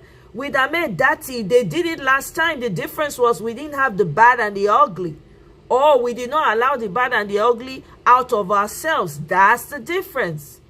And we also have to understand that the man that we're dealing with now, he's in office. He has all the powers. And the man is ready to rule over ashes. That is the difference. That is why revolution is not necessarily the answer right now. Even though Ibrahim Traore did it and the rest, which military wants to do it in Nigeria? Is it the ones that are receiving repentant Boko Haram? Well, again, I'm happy you went to this place of revolution, because I agree that Nigerians are not revolutionary. They're not really revolutionary. Exactly. Really revolutionary. And you know that our independence was through bargain. It wasn't through revolution. It was a bargain. Indeed. Indeed. Now, what I'm saying is that, you see, I'm in the real world, and you are in the real world. And I don't say that Nigeria is not the real world, but Nigeria's mentality is not, it's ingrained in the suffering that they're going through, as opposed to the level of global significance Nigeria has, and the fact that the world is going on regardless, it's still going to affect Nigeria. This is why I speak about a revolution. I speak about a revolution not in terms of bring arms. No, not necessarily that. But in terms of what you are saying, which is to educate people as to the bigger picture. And we in Nigeria are not far away at all from any kind of international mishap. We're not far from it. If they decide that Nigeria is a strategic country for them, they're going to make plans against the whole country. What we want to do is to defend against that. The only AES countries have really reached that position where it's clear in their mind that they are aware and they know who the enemy is, and they are not going to allow them. Now, what I'm saying is, where Nigeria is concerned, we're still squabbling like children, unfortunately. We should be in a position of power, because we are the only country in that West African region with anything that is known as real power, and anything progressive economically that would have us in even stronger power if we're taking the right choices. So that's how I always think, because Nigeria does not stand alone. So Peter Obi coming to power and then finding there that there are even bigger enemies than this Tinubu and all these people around me. There are serious enemies around them. The plan that he has to have at that time is not the kind of nonsensical thing that this coalition is all about. Because as you rightly put it, the coalition is more selfish. Your concerns are very valid, Mr. Jagun. I understand completely what you're saying, and this is why I fight. This is why I'm not giving up. This is why I keep coming out here, even on days when I'm tired and I feel like, but Nigeria keeps me going. Nigeria gives me renewed energy, as weird as it sounds, honestly, because I see a new Nigeria. I don't know about you, I already see it. See me see new Nigeria, honestly. So now that you've spoken about, what we need to do, we're actually already going through a revolution, if you think about it on the flip side. Because the awareness that Nigerians have right now, I never thought we would have it. I wasn't even part of the Nigerian politics. I didn't care about it. I wasn't interested. But here I am, morning and night. It can't be like saying a job when now my day job is this. Do you understand? So it's a thankless job. By the way, Madam Luke, thank you so much. Madam Luke, let me give you the mic. Thank you so much, sis. I really appreciate it. Oh my God. Thank you so much for the super chat, my sister. I really appreciate it. Thank you. Madam Luke, are you there? Please unmute to may you contribute. I didn't hear. Wait, make I arrange myself. Okay, all right. May I come? Because I'm on two devices. So yeah, this one not there. I not put them for the screen. No, not need to put them. My bed. That's better, please. Maybe we'll just see your face. I not come up for my nightgown. I know they for bed. All right. First of all, Mr. Jagun, welcome. Good to see you. It's lovely to hear your voice, darling. Lovely. Thank you for coming on board. Good to see you. Please get well strong for us, so we need you. I sure will. Thank you, ma. All right. Thank you for asking for that. Thank you. No problem. Queen Omoye. I don't know. Thank you. I don't know what I would do for you. I don't know. You see, when you give me strength when I cannot cry. That, you see, maybe because I'm older and I've seen this, don't be dealt with Nigerian politics for so long. So I don't have the hope that you have, and I cannot, all I can do is that just wish is all my wishes. So first things first, to say if Mr. Peter Obi has the numbers, Mr. Peter Obi had the numbers in 2023, we all know what happened. That's not the problem. And if he were to contest again today, he will still have the numbers. Unfortunately, we live in a country that doesn't abide by the rule of law. And also, nothing good is appreciated. We have been so hijacked that the people who are planning the evil against Nigerians, they never sleep. They double their efforts. They are working hard. What will happen in 2027 will shock everybody. And I'm going to tell you, there's not going to be elections. Let me tell you what this man is planning. Wow. He's planning extension of a 5-year term. So let me tell you, by next year, there will be a constitutional review, right? And let me tell you what it's going to be. A 5-year term. There will be no elections. So that is why I am very, very cautious. Because you don't know what people are planning. That man is just like they're doing in Togo. That is what this man is planning to do. Now, do you think Nigerians will get on the street and protest?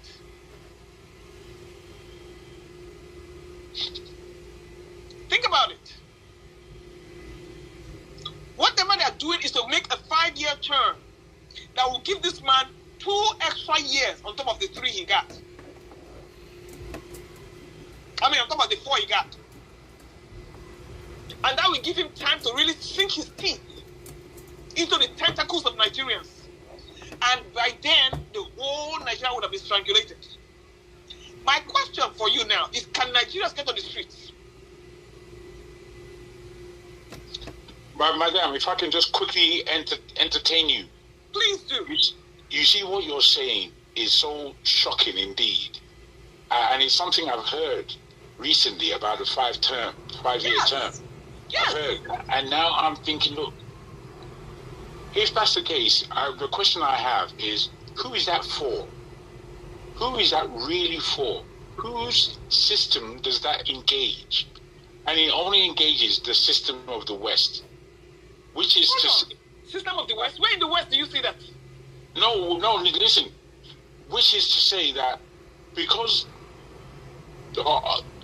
in the world right now, apart from fighting economically for what is cash and what is not cash, which is what if we're paying attention at all, we should be very reasonable with what's going on around the world and what they're planning for the world. Mm-hmm. The world or in Nigeria? The world. Now, if this happens in Nigeria, what you're saying, madam, look, it tells me that they are now packaging the whole of Nigeria for the Western capitalists to take over that region and to take over the region of West Africa. The region of West Africa. They're already in control. What are we saying here? No. I don't mean that they're not in control. I mean the level of control that the next phase is going into. You know, they're always talking about this new world order. That's the name of the game for the past 25 years. You know what? We always try to look outside without looking at ourselves. Wait. Honestly, madam, look, I'm not trying to do this. I'm following what you're saying. That makes me say this. And why it's shocking is the way you put it. The way you put it is so fitting in with the plan of action that the globe has. You know, this is why I say that it's important not just to be myopically looking at Nigeria and the problems that we have, because the problems that we have in Nigeria are rather childish. They're not big boy problems. They're not grown-up problems. They're problems of squabbling children. The rest of the world is still going on. And for those of us who live outside of Nigeria, when I look at Nigeria, I can see the amount of tests that they do in that country. The time when there was no cash in Nigeria during the election, just before the election took place, that was a test of the cashless society and how it will run in a country like Nigeria, because they want to know, they need to find out these things that they're now going to propose into our system. And this is why I say, let me shock you. Okay. You see what is happening in Togo? You see what is happening in Togo? I'm aware of it. Good. Yes. You see what is happening in Kenya? You see what is happening in Cameroon? These are the resistance of that one order you're talking about. It's already here. It has. Look at Kagame. How long has he been there now? Indeed. What constitution is he operating with?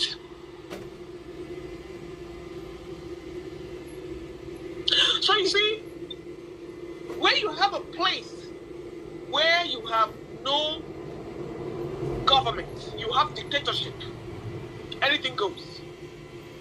And just the fact that you are a sovereign nation, the West will look away. They will not interfere. Nothing will happen. Look at what ECOWAS is trying to do to Sahel. The world order is already in place. There is no next level. It is here. It is here. And Tinubu is watching. That is exactly what he's going to do, because let me tell you, the courage people have in Togo or Kenya, Nigerians don't have it. So it's going to make it very easy for him. So that's why I said when we can never left the saying that Obi can never rule Nigeria. You see all those people that all these things that they're saying, they know what they're talking about. The level with which Nigeria has been hijacked, people don't even know. We're here talking. That is why sometimes I don't even talk, because I've already seen it in the future. If you want that Baba Ahmed, anytime you want to gauge the temperature of things, just follow that Mr. Dati Baba Ahmed. Just follow him. Now, this is Mr. Peter Obi's right-hand man. Do you see him talking? Do you see him talking? Well, recently I have. Okay, good. And what did he say? Well, he said number one. He's not number one. He's not leaving Labour Party. He's with the coalition, but he's one leg. He's just watching. Yes. Because he knows that these are people that help to ruin Nigeria. How can you get in bed with people who have helped to ruin Nigeria? This is it. This is it. How? So now let me tell you the same thing. Let me tell you, whether you like it or not, the power brokers are the Northerners. Without the Northerners, they wouldn't have removed Jonathan. They threatened Primestone, and that was where this Emilio Con came in, latched on it, because he now made a deal with them. And the same deal they expect Mr. Peter Obi to do. Unfortunately, I wrote in the comment section, Mr. Peter Obi has boxed himself in a corner. And I'll tell you why. Number one, there is no party he's going to contest under that will not cause problems. And he will not even be eligible to run. They will make it hard for him to run. Either they will use the policies of LP or the shenanigans of whatever they call these people now, the new coalition party. And then with Atiku not respecting the gentleman agreement that is the turn of the South, that even makes it even worse. And I've told Obi one thing, I've always said it. Left to me, I don't believe in losing all. Rather than me to lose all, I will become a VP to Atiku. I'm telling you the truth. Because he will lose all. He will lose all. Atiku and Obi, they have a very good relationship. With Obi there, he can do a lot for us. At least just one foot in the door. But don't you ever in your mind dream that the Northern machinery will go against their brother. Mrs. Tanati was saying that the Northerners don't like Atiku. Do you think Northerners like you? Northerners don't have to like you to support you. All you have to do is enter the mosque. They don't have to like you to support you. So, my dear people, there's not going to be any election in 2027. So just let you know now. Tinubu is going for an extension. So all what we're saying is we're just talking for the fun of it. Well, what do you say to that, OC? Keep quiet, she knows. No, I'm listening to you, Madam Luke. Because I've said anybody that has anything contrary, whatever it is, any criticism, it's all welcome. It's all on board. What I think that I hear what you're saying, Madam Luke, and I can agree with you. To a large, I actually do completely agree with you. Do you understand? I understand the dynamics of that is at play right now. I get your point. I completely get it. Now, here's the difference. The question now lies, what is you and I going to do to make sure that that does not happen? That's the difference. Now you are talking. Do you understand? That's it. For me, you know what it's going to be? You see that bloody revolution we've been looking for. That's the only solution. Okay, so now this is part of the education, right? So you say, everybody go enter road. And when I mean enter road, strategically, you see how not when the government everybody go head to their houses. Exactly. So my question is, can Nigerians do that? They don't have a choice. Because you know what's happening now? Let me tell you what's happening. Nigeria is so bad now that if you to go hospital for Nigeria now, it's like that's it. You are not coming back. That is where it has gotten to now. You see that Nigeria where we say, say before, because everybody was still kind of relatively comfortable. Everybody still they manage the situation. Now, everybody don't read go back. Do you understand? You don't turn upside down. So now they're seeing what Kenya is doing. Go ahead. I know. I see him, but it's okay. We need to be shocked. Let me tell you. You said it's shock. You said it's shock when we get when they switch off the beavers. We have still not recovered. Yeah. The one when they go do next day. No, it good make we hear am now. So that we go know as we go take prepare for 20. This is it good say you they shock, because guess what? That shock of 2023, nothing prepared me for it. Nothing prepared. Although I was hesitant, I kept saying, man, I know these people. It be like bad dream. Exactly. Do you understand what I'm saying? But it good. This shock is necessary. I mean, you understand? As you come now, you talk your own. Jagun come, talk your own. I feel not completely agree. I think if they see the solution part of them, as opposed to, men, we have been captured, there's nothing. No, there is something we can do. Kenya, they show us the way. Go ahead. And the bad thing about our own, let me tell you how wicked we are to ourselves. Can you imagine Governor Oti that is doing very well, that's supposed to be commended? His own brothers in that Abia state are trying to remove him, that he cannot come back in 2027. And they're going to make sure he doesn't come back in 2027. Can you imagine?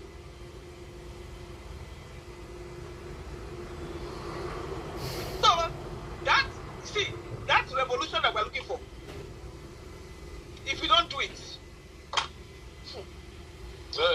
I think similarly. You know, the thing is, we're all thinking as positively as we can about the situation that we have on ground, and I'm intrigued to hear people's point of view and why they have that point of view. And both yourself, OC, and Madam, both of your views, they still fit into what I'm trying to put to all of us, which is that looking at Nigeria, and for Nigeria to come from its, 40, 50, 100 years backwardness that it really is at the moment, to the present day, and give its citizenship, its citizenry, its respect back globally, and take a position globally. That's where Nigeria should be. It needs to be a global leader. You know, as shy as it may want to be, it's just too big to be that shy.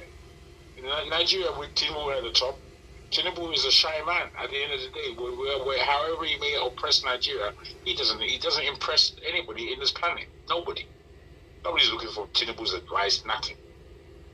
So, given the position that we're in as Nigerians, we know that we've got work to do, not just between now and 2027, but way beyond that, to really keep our country being a country.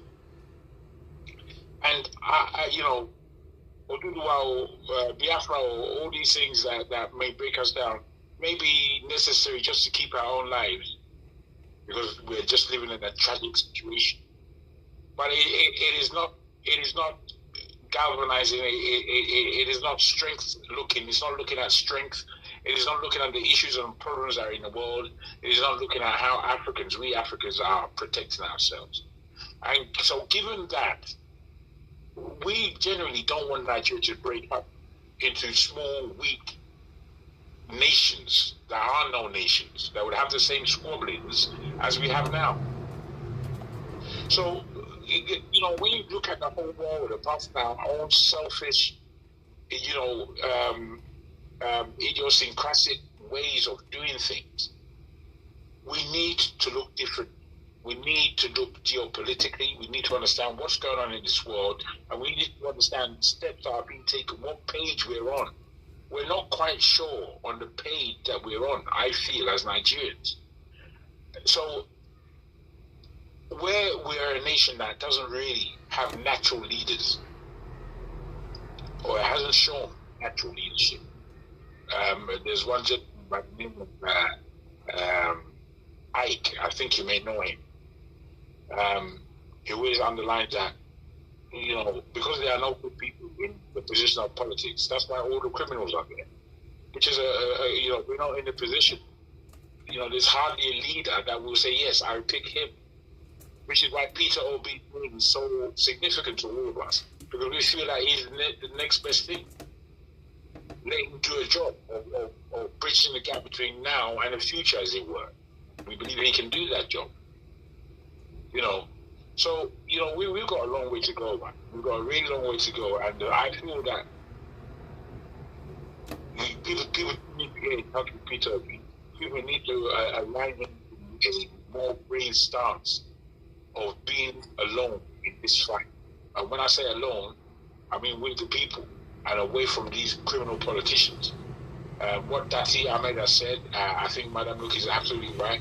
There's something about him in Dati that he seems to stand a lot firmer in his position.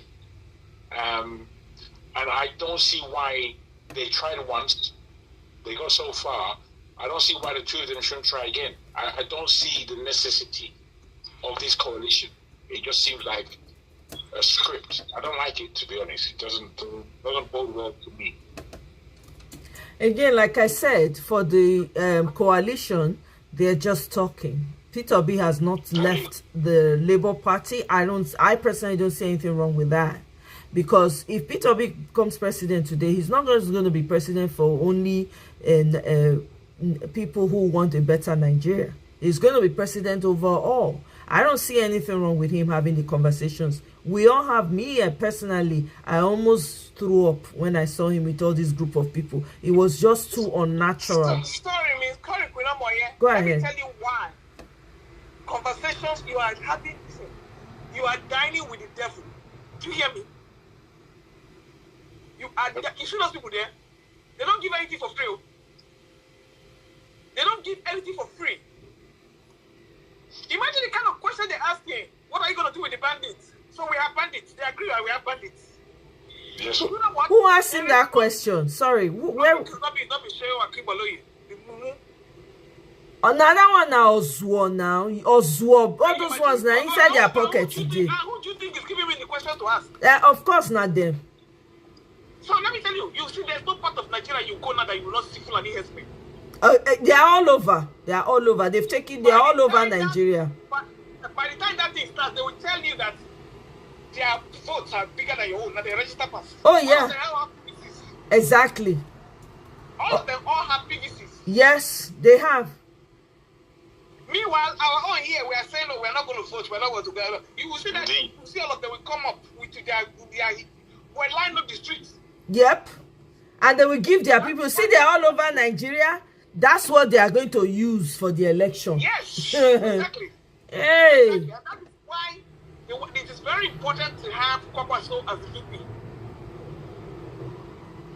Okay, I see what you mean. Yes, for me, that's why APC is broaching Kwakwaso for VP, correct? Correct. Yeah. And then, Mr. Tinubu knows that there's going to be pockets of dissent in the north. Right. Because you see these coalition northerners, especially all those people, those people are capable of unleashing mayhem. Yes, yes, they are. The kind of things southerners cannot do. You yes. see those people?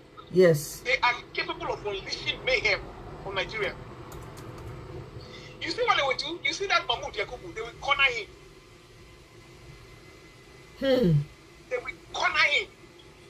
You see that Mahmoud? Yeah. Anybody they put in that high neck, by the time they call those people to do, I think that happened with Jega against JEG. That happened with Jega. So, I pray for Tinubu's safety that he does not go for that constitutional review of 510. Because if he does, a lot of people are going to be exterminated.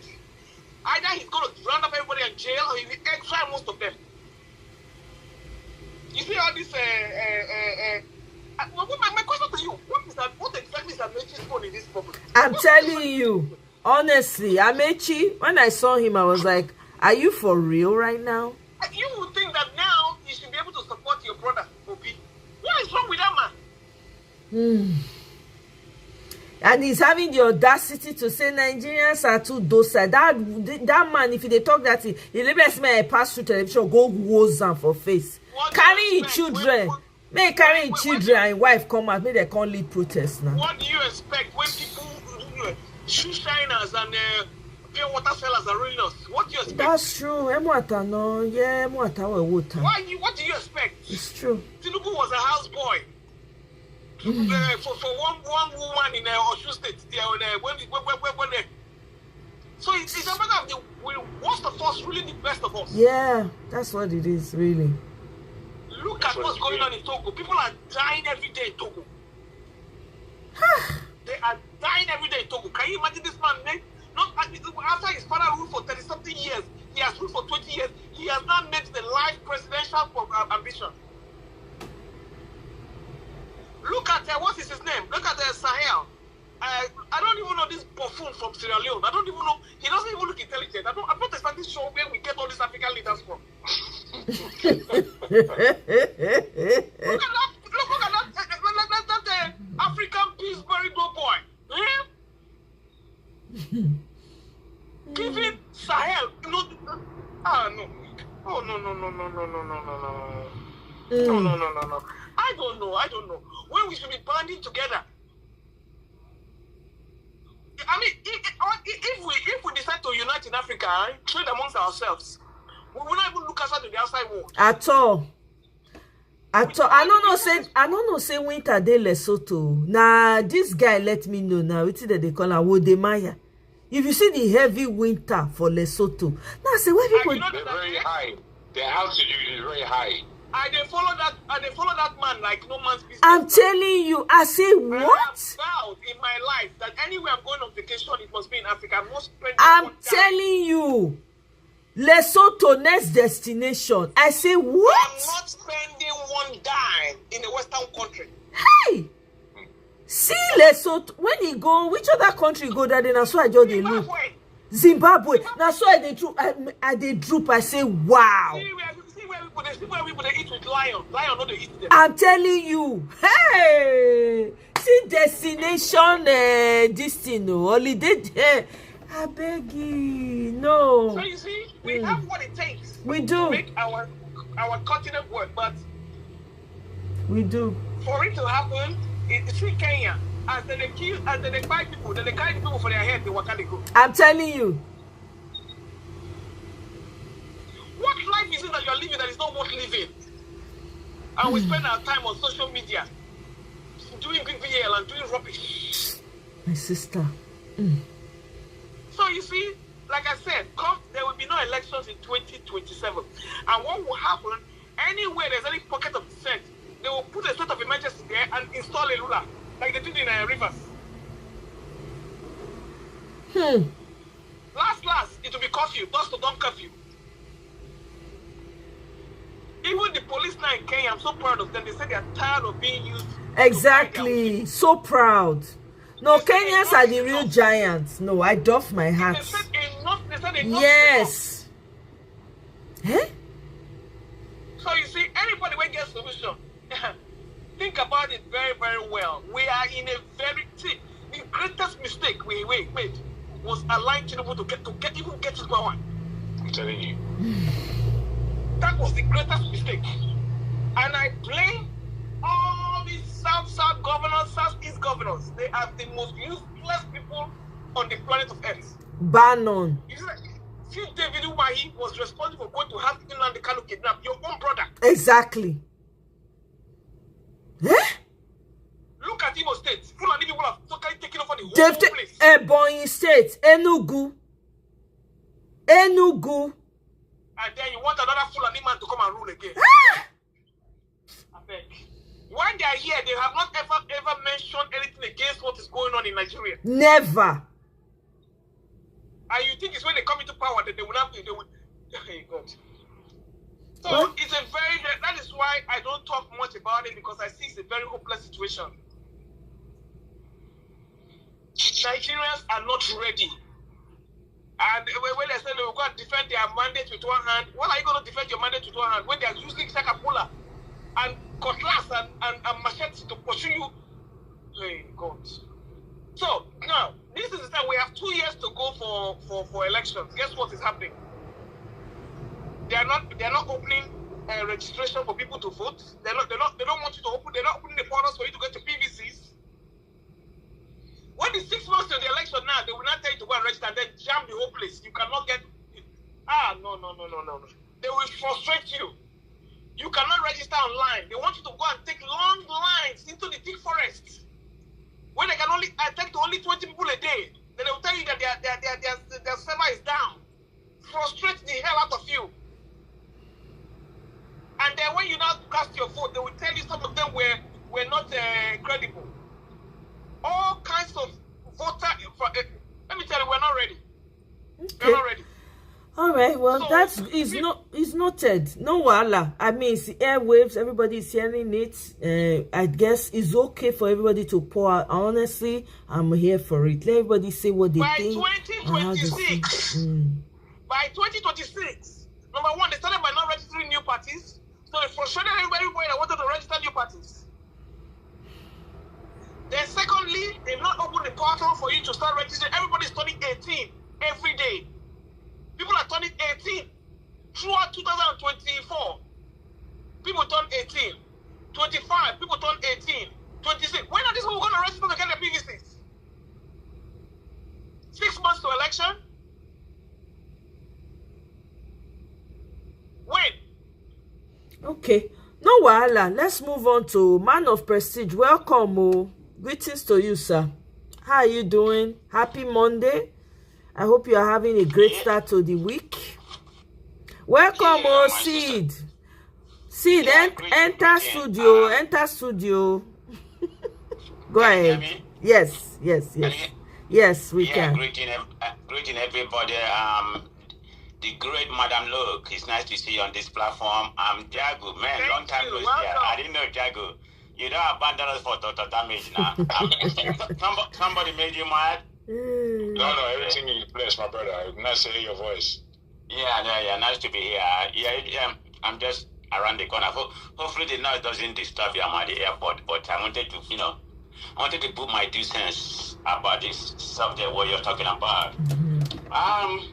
Let me just be specific about this coalition we're talking about.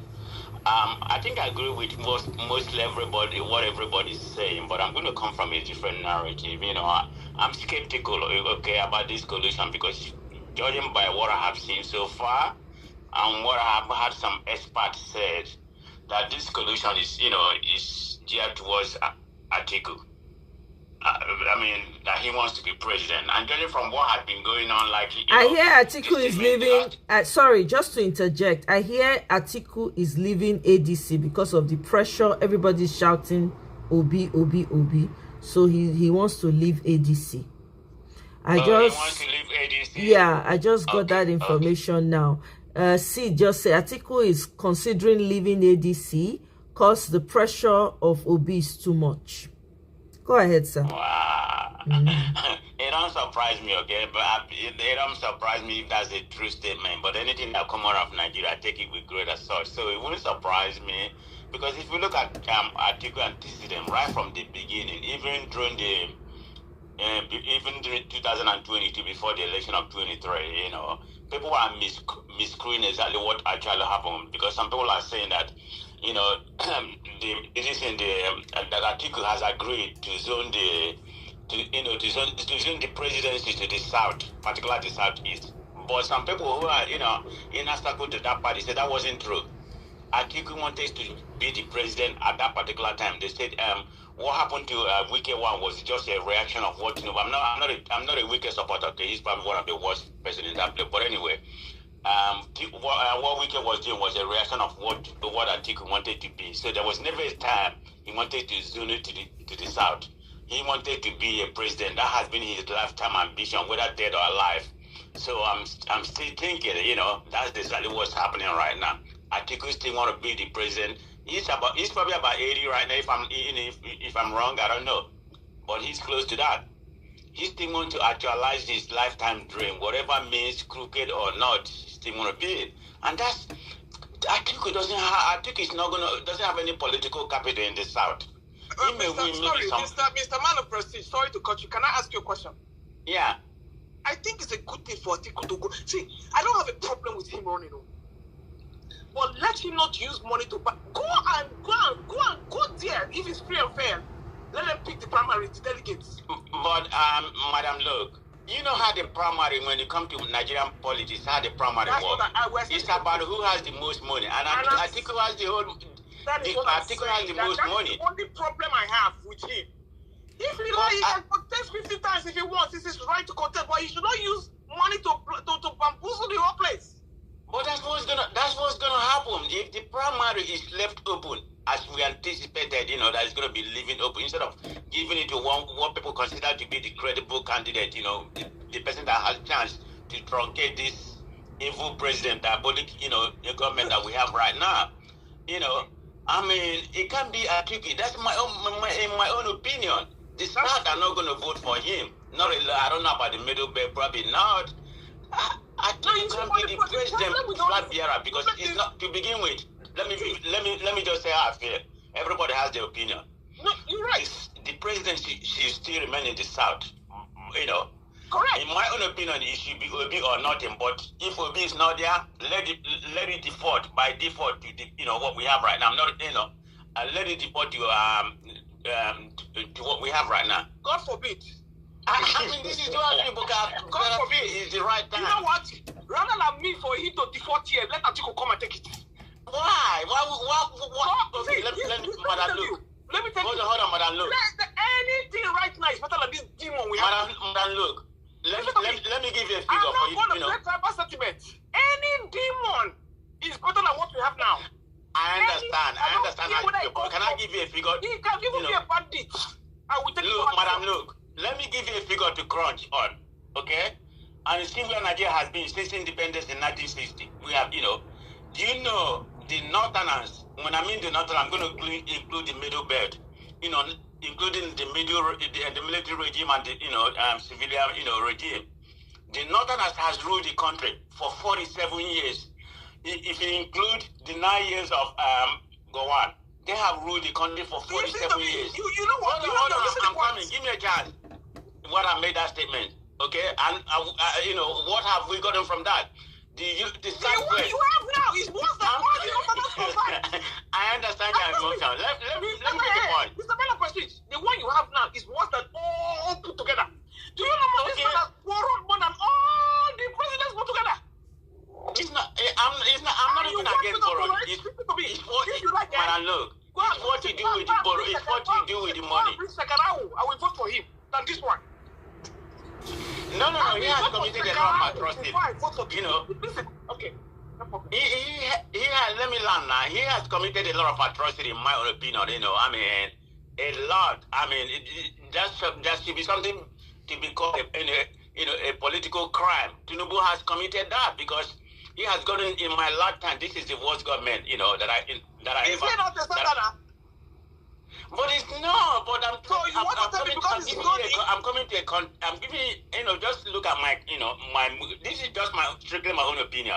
I'm not saying I'm right. It's strictly my opinion. And I'm saying, instead of a northerner to rule, let me default. Okay, let me give you this point. Just listen, madam, look. The northerners, including the middle belt, has ruled the country for 47 years. Go and fact check me. The southwest has ruled, including the entire government, at least to look at whatever, has ruled the country for about 13 years.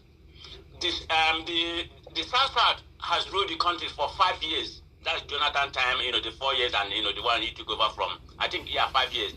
The southeast has ruled the country for 1 year. He runs the time. But that's not even the context. The point I'm trying to make. Where has that gotten us? The northern has been in position. It's terrible. But that's not the point. It's not their bad right. That's what I'm looking at. It's not the northern bad right. Just the fact that this man is such a disgrace. He may be a disgrace, but what can I do? That's what the United States did right now. Wait a minute. Tell me what change I think it's going to bring to the country. They voted for Trump. Tell me what change? This is a man who has been running for presidency for you are not getting my point. I said anybody is better than what you have now. I don't care. See, I'm not into zoning. I don't care. I'm not into zoning it too. I'm a very democratic person. I'm not into zoning, but this is what we have. This is the kind of government we practice.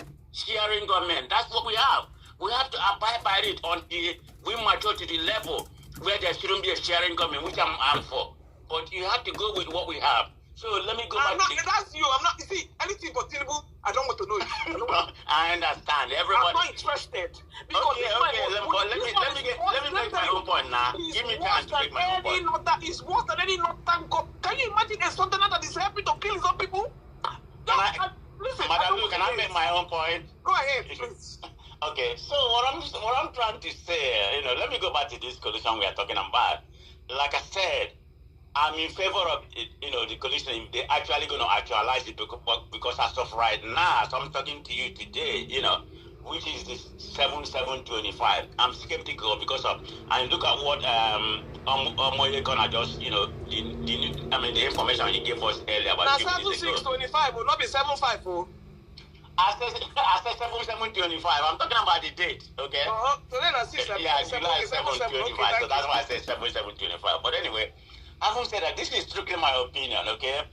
I would have liked this coalition to work, because if you look at what's going on right now, the APC is in panic mode.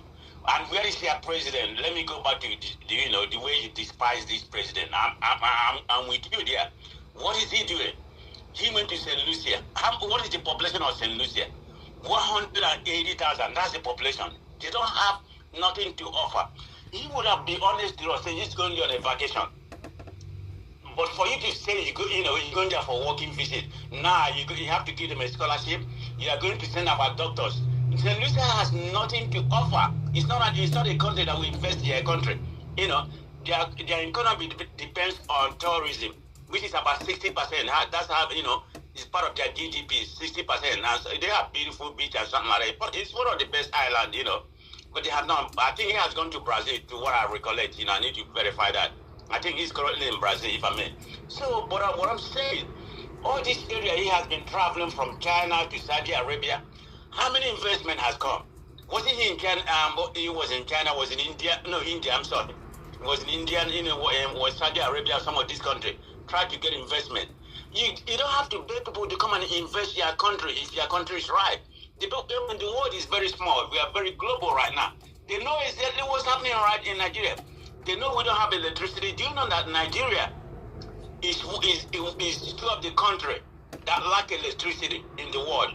About 90-something% of the whole country are electrified, except Nigeria and Democratic Republic of Congo. What is your point? Do you see how low we are? What exactly is your point? Do you see how low we are? No. What exactly is your point? Okay, I'm coming. Are you trying to tell us what we already know, or what exactly do you No. Not for you. It's for our listeners. Some people don't know about it. We already know where we are. We already know what's not for you. It's for the listeners. They already know. Tell us something. No. Some Nigeria are very docile. Madam, look, your heart. Madam, look, some Nigerians don't know. Even the so-called educated here, they don't know. Well, don't play a concert on me. Just land, okay? Just land. All right, madam. I like it a lot. But anyway, I don't mind about your pushback, but I still have to make my statement. It's my opinion. So the point I'm trying to make, the government is the government has nothing to offer to the country, because what I'm looking at right now, whatever this Tinubu government is going to do is already plateau, whether good or bad. They can't do anymore, because the next 2 years is going to be a politicking. And, after that politicking, let's assume, hypothetical, but God forbid, he win re-election, 27.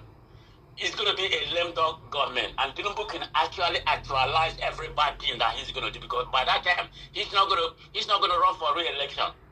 I know anything he wants to embezzle money and everything he wants to do, nepotism, or he's going to actualize it. So that's going to be the worst.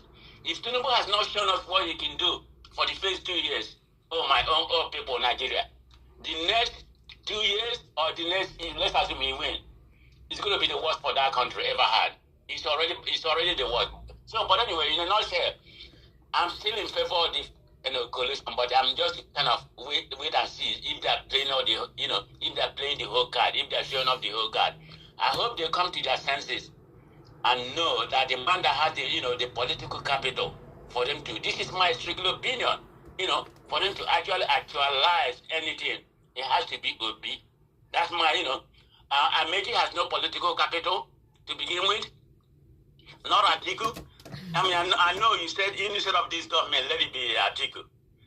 Then you and I are kind of different. That's the only place you and I are kind of different. And I said let it default to the evil.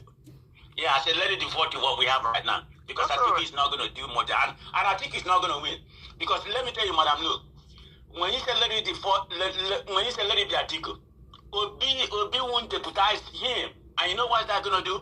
That's going to fracture the coalition, and we're going to have 3 political parties, Atiku or ADC, Obi, whatever party, I don't know the party is going to be. It's going to be Labour Party or any other party. That's going to be 3 party running. You know what that's going to do? That's going to be an automatic win for Tinubu, because you need this coalition in order to challenge. Let me tell you, that's why you're the reason why I want the coalition, because they don't have the manpower. You think even a free and fair and central election, Tinubu will get up to 4 million votes? It's not, madam, look, it's not that. Let me tell you, let me just explain something to you. Those inflated votes from INEC don't count for shit. Okay. Let me tell you, in a free and fair election here, Tinubu will not even get up to 2 million votes. Look, you're not going to have it in Nigeria. You're not going to have free and fair election. I said in a free and fair election. Did you hear me? It's a hypothetical. Good. It doesn't cut it when it comes to Nigerian space. No, that's not going to work. That is what I'm telling you. You see, I don't hate that. You see, with everything going on in Fulani country now, I don't hate them that much that I will exclude them from ruling this country. No, it's not about Fulani. Nobody hates Fulani. I mean, there may be some herdsmen. Nobody hates them. But that's not the point we're talking about. I'm talking about what is going on right now. Because what the present government we have right now, the APC, what they are doing is to fracture any kind of political party. But if you have a heavyweight like ADC, all of them gather together and be sincere, they have the manpower, they have the structure. I mean, at least about six governors that the ADC may have. You know, if the six governors that ADC may have plus Abia State governor, that's going to be 7. That's the structure.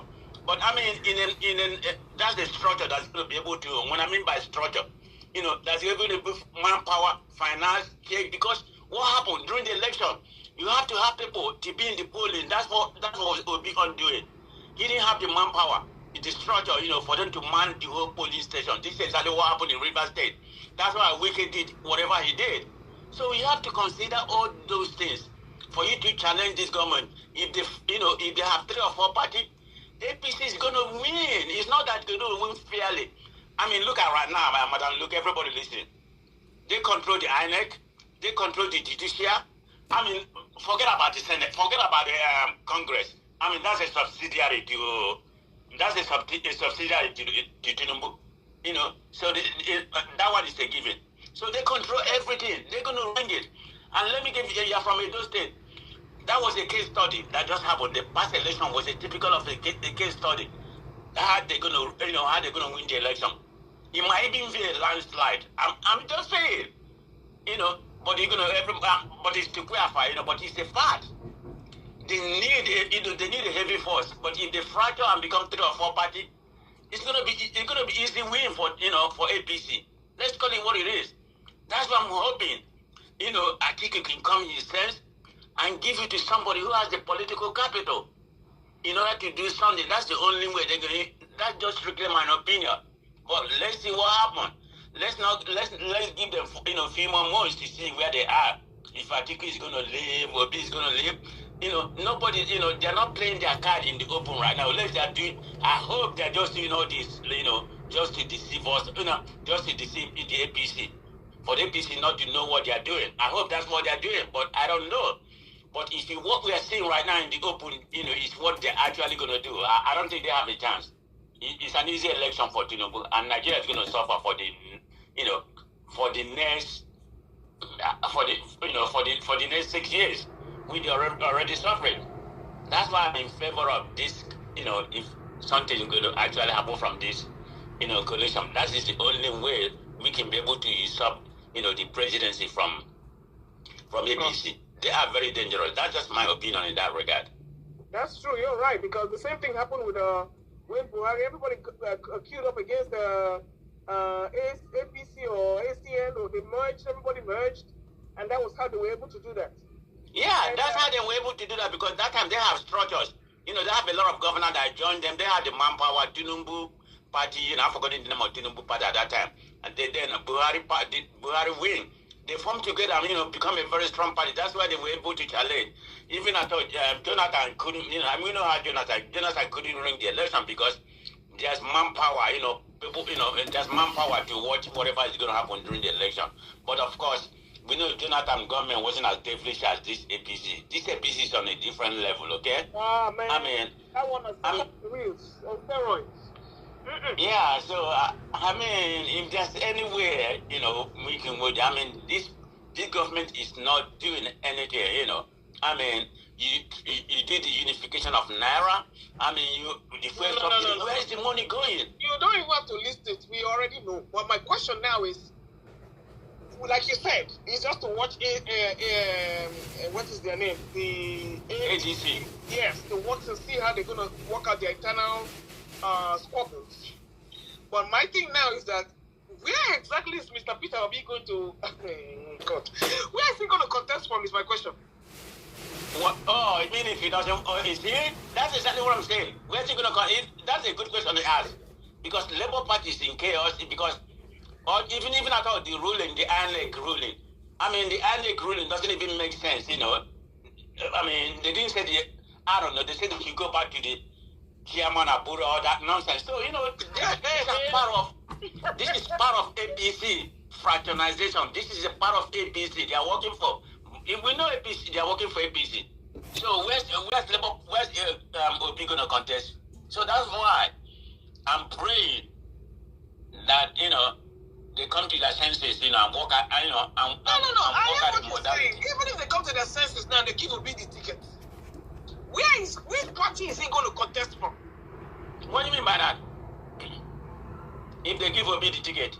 The consensus, okay, Obi has taken the consensus of the ACD or APC or whatever. ADC, Madam Luke, get it right, ADC. Yeah, the ADC. Even if the contest. Madam Luke, you don't harass man of persistence. The man found a way. He found a way to say, get it right.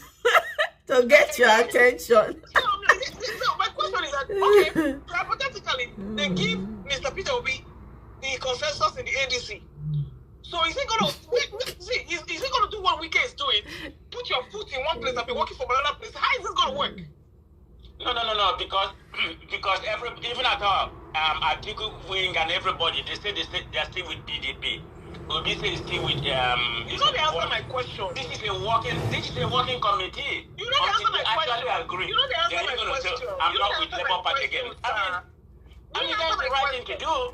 You can't say I quit PDP right now, I said which party you suggest make it run for? Which party you want make it go carry flag, put it at? I don't get your question. Where is he gonna pitch his tent to run his where you want me to Obi follow and go? Anywhere Obi is gonna follow. I'm asking you, with the way things are now, if you were Mr. Peter Obi, which party will you flag to do your to contest? If this ADC, is gonna be right, they're gonna iron their main mission. Then I want him to change his stand there and to become the flag bearer. In my own opinion, is to be or nothing. That's the way I say it.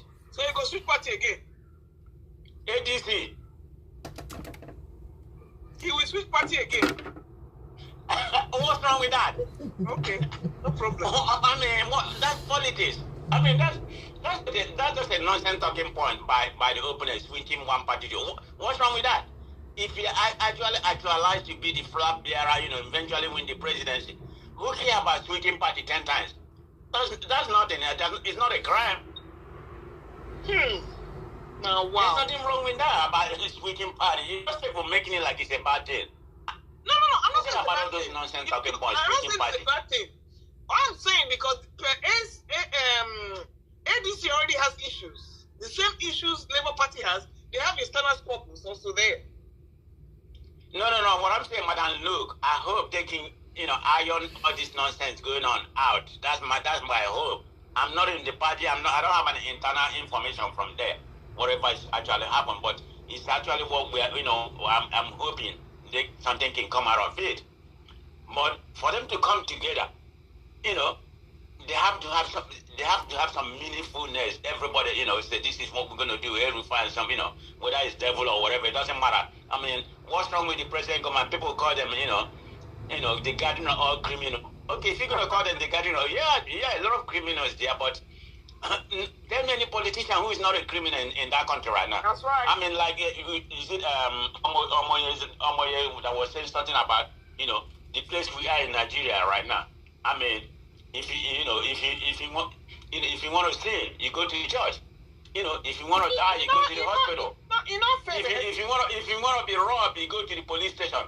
If you want to be rich, commit crime, you become a politician.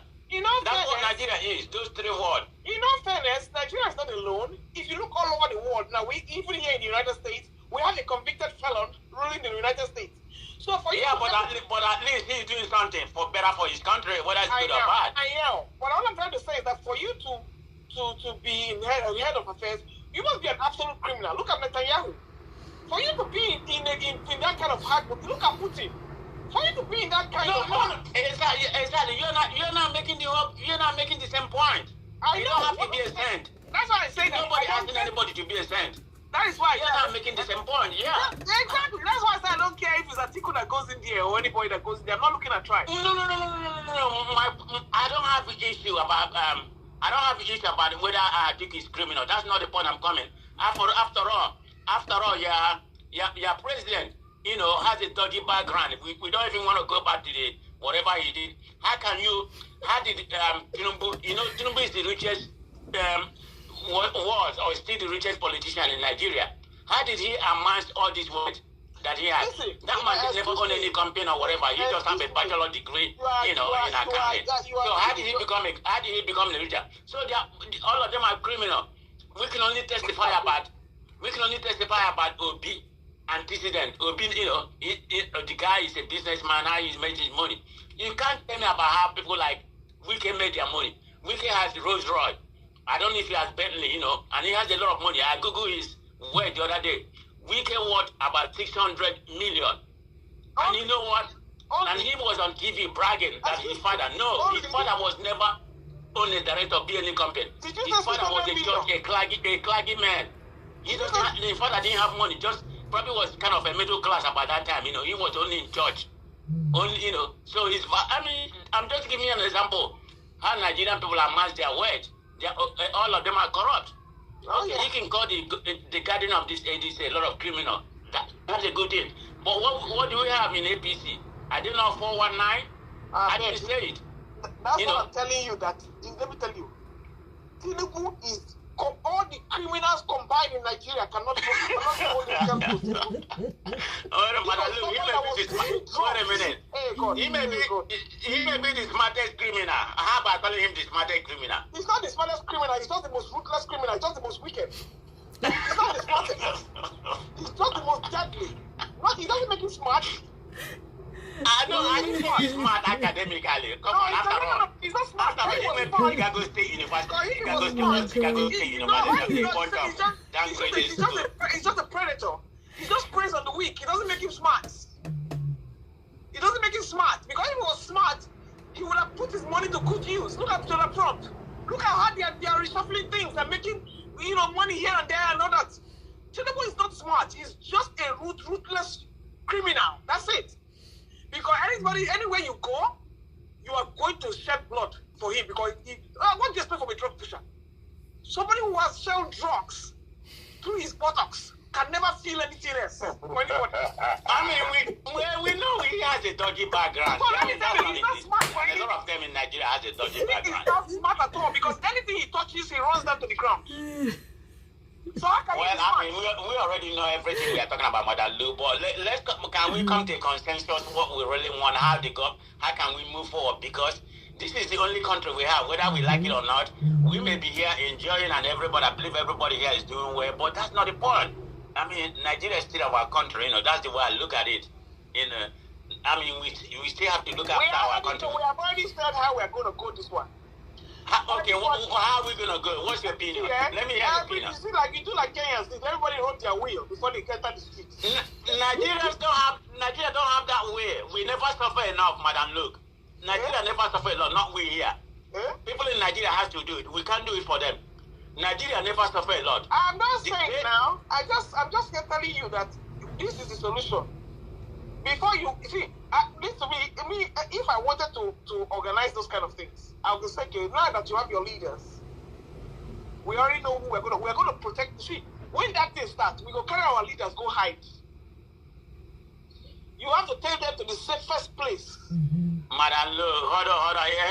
Let's be realistic, okay? Because let me tell you why. You do not want a situation whereby June 12th came all over again. Yes. Where after the cut of the head, the whole grassroots scattered. You must protect your leaders. So that when you have finished the groundwork and you don't level the place, they will come out and rule. Your leaders must be protected. You see the way people are sleeping outside Traore's house. That's exactly what you should do. Then after like that time when the INEC decided that they were going to switch off the beavers, that was the time everybody should have just said, you know what, okay, enter house. Let us go and deal with these people. When they don't capture everybody, finish. After we have won the war, because we are practically going to go to war. So, Madam Luke, how come they didn't do it? Because they were in shock. Did you see how traumatic that thing was? Mm-hmm. Okay, they are still. Are they not still the same? No, now this one are do or die. You are not in Nigeria, so you don't know how Nigeria or not. It's not matter whether I'm in Nigeria or not. You hear that? You hear the motto, ring or buy. You know I like the emotion, but I don't know if that's going to translate to the fact. This is on Mr. Peter Obi himself. As you're going there, you're going to... Let me tell you, the thing about Nigerians, they've never really tested the power they have. I said that for night they could come out. Hold on. Now that you mentioned Peter Obi, I wanted to tell Omoye Kona. Did you see the video coming out of Edo State today? No. When Obi go to a nursing school. Oh, okay. It was in Edo State. Now, Papa did it, so I mean that video made me cry. Oh. But now it's time to put their mouth where their money is. Yes. I don't tell my people. I think give them 15 million. Yeah. Oh, I didn't know it was Edo State. I played the video earlier. That was Edo State. Okay. Because I've been saying that he should visit nursing school in Edo. I've said it before. Oh, that's all. That's awesome. Go ahead. He is loved, and he is a man with compassion that will rule like a father. Mm-hmm. A man that we have no doubt about that. But you see, wherever there's wickedness in Nigeria, they always win because we never give them a taste of their own medicine. I told them, I said, when that time happened, make them know, as Mahmoud is coming out at night, make everybody come out for night. By the time you hear wuru, all those soldiers go run. Don't come out in the daytime. Everybody just take strategic position. Just mount yourself for all those politician houses. Everybody. Madam, look, you know what they are saying? Hold on, let me tell you one of the politicians that has exactly illustrated what he said. Sometimes I listen to them, just the message, not from the messenger. Because he has been in there, he's still in there. So he know how it happened. He know how they manipulate the country. Go and listen to Amechi. It's not because Amechi is one of them. But he knows this is the only way we can take our country back. Which is the only way? What Nigeria is. We're not, Well, the only way, which was what they stipulate, the only way where? I mean, we need to take it, grab it, protest like what Kenya is doing. Go there, go sleep for the whole day. Why doesn't he lead? He's one of them. He's just giving you opinion. I don't know. So he wants to push us there so that he will inherit all our property when we're gone. I don't know, but I'm just saying. What he said is, there's some truth to read, but he can do it because he's one of them. But for you to do this, you need leaders. You can't just go on the streets. That's true. You cannot just go on the streets. You need leaders. Mm-hmm. Wait a minute. Who's going to lead? Thank you. Obi can't do that. They're going to kill Obi. No. That one should be protected. You have to protect your king. Mm-hmm. You cannot allow him out. He should be in the bunker somewhere. Like Atiku. Atiku, where they support. Make Atiku go down because they can't do Atiku anything. You know what he talk? He said he will do everything to... Forget about that. All those now campaign. When a Northerner talks, I will believe it. You see, when a Northerner talks, not be Buhari come and tell us saying if they don't win, now blood and babu. No, I think you misunderstand what I'm saying. I'm not against Atiku. He's not the only criminal we have. I didn't say criminal. I said when it comes to matching fire for fire, I trust the Northerners.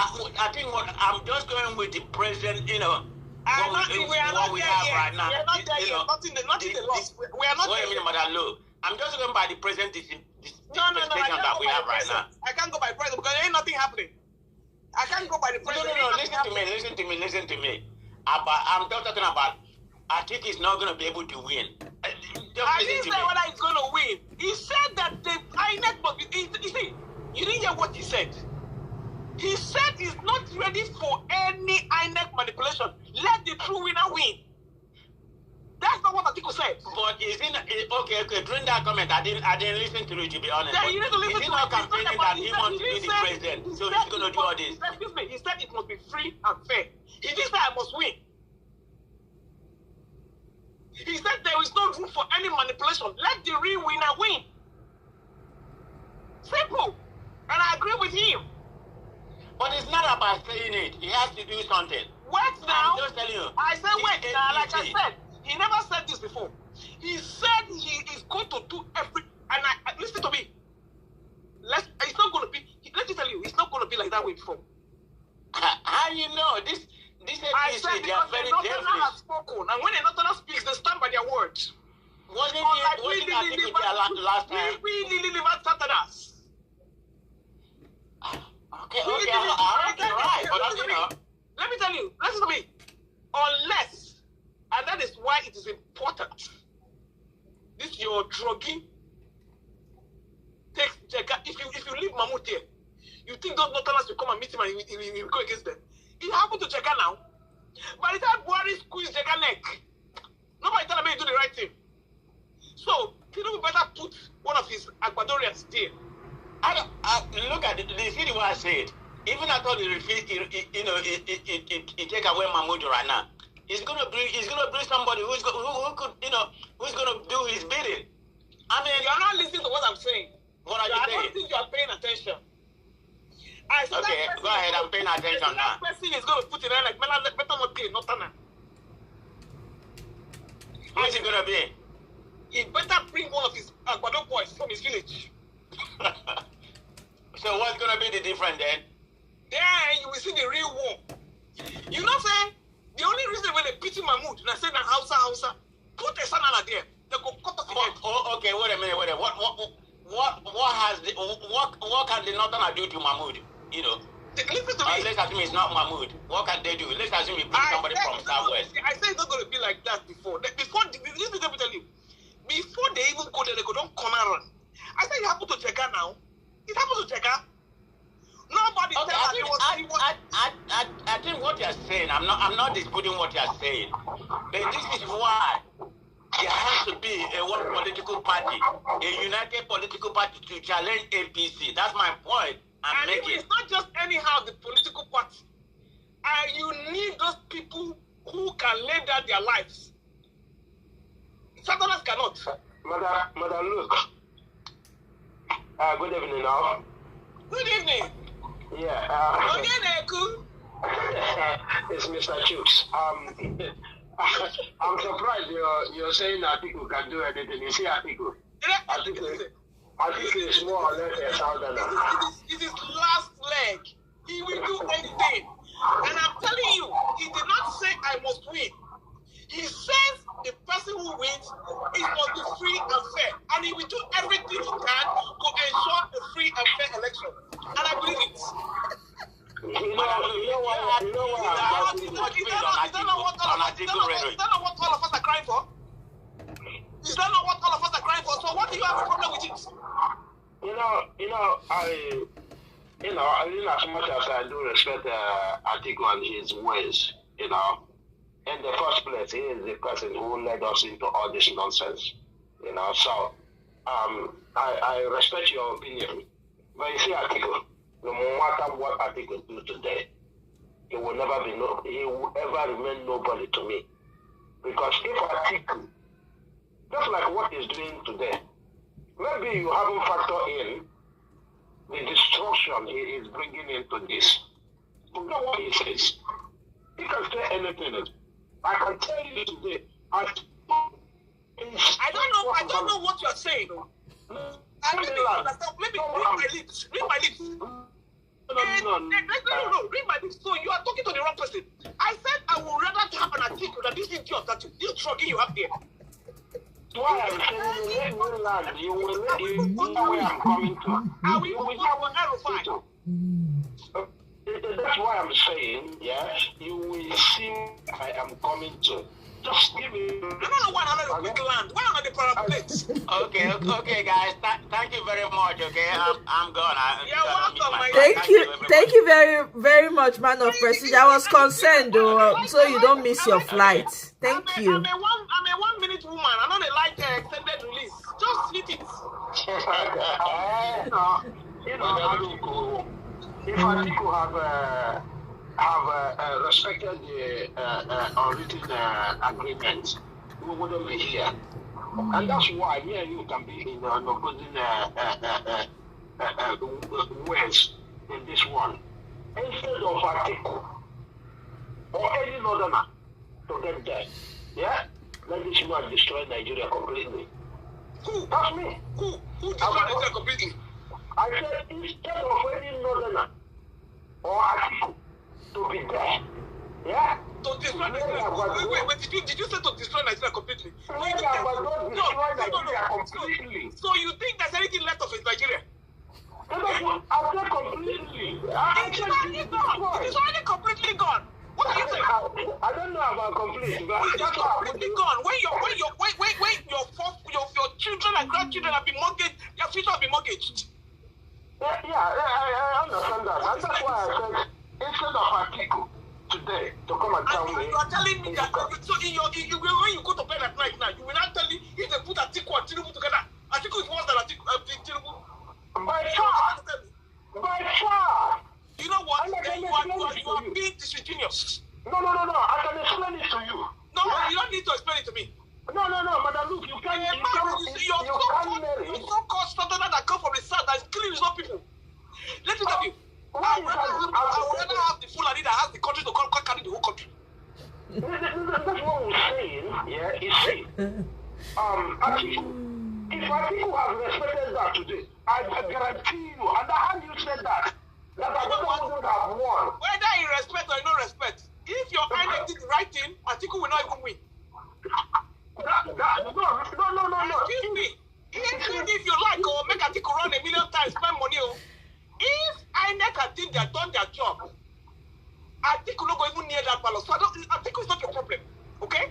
No. Atiku is the problem of Nigeria. I can tell you that. You can argue it. Anyway, but Atiku is the problem of Nigeria. I can explain it to you. Yes. Atiku is the problem of Nigeria. Exactly. Just like IPOB is a terrorist group, baby. I don't talk about IPOB. I don't talk about anything. No. I'm trying to tell you how ridiculous it sounds to me. You mean to tell me if you put Atiku and Tinubu in the same place, hey, then you know what, you are good. You're not even considering what you just. Let me tell you, Tinubu is the worst thing that can ever happen to any country. Okay, maybe you're misunderstanding me. If you allow me, I'm going to explain. Because you're already started on a premise I don't even like, and I don't want to hear. Before Tinubu comes in, there is nothing. It's the man that waited 20 years to destroy this country. And the man who has waited more than 10 years, when since 1993 or so. Did Atiku carry Adamawa State and put in his pocket? Look, I don't care what Tinubu can do or what he has been doing. But I'm sorry, I don't care. No. If you understand where I'm coming from, look, the thing is, you can't count two without counting one. Okay? Tinubu is here today destroying the country. There is nothing you can tell me. So I'm going to stop the conversation on my side. There is nothing you can tell me. I will take 1,000 articles, 1,000 million. That's why we have opinions. You see this? That's why we have opinions. Is the worst thing that can ever happen to any country. That's why we have opinions. Because you don't tell me. It's just like what we're saying now. I think we'll come out today telling you, I want to rescue Nigeria. Rescue it from who? You want to rescue Nigeria, and you are telling us you want to run for the presidency again. I don't really care about Atiku. Let me tell you, I don't really care. My own is that let the election be free and fair. Whether he wants to run 5,000 times, so that is his business. If we have a fair and credible election, would we need a coalition? What is coalition? I never had a coalition before election. In anywhere there is democracy, you can't have coalition before election. Even without your coalition, sir, you see the team when you have in Asoro, he cannot call of you up. If Atiku refuses, my I can tell you today. Two people I can never open my eyes and see them rule Nigeria. Is Rufai and Atiku. Because these two people have no patriotism in them. You can see it. And it's two people that have patriotism. What are you talking about? Look, he's there. He's coming. No. You're telling me he's there. I'm asking you a question. Does that look like a patriot to you? He is already there, so there's nothing somebody like me can do. What are you talking about? Are you answering my question? On the next election, there's nothing somebody like me Are can you do trying to there. gaslight me or what? He's already there. I'm not telling you as he is. I'm not saying you as he is. There's no way somebody like me can see. He's already there, but I don't want him there. He should get out. First of all, we know that it's North versus South. Okay? What do you mean North versus South? That is what we have in Nigeria.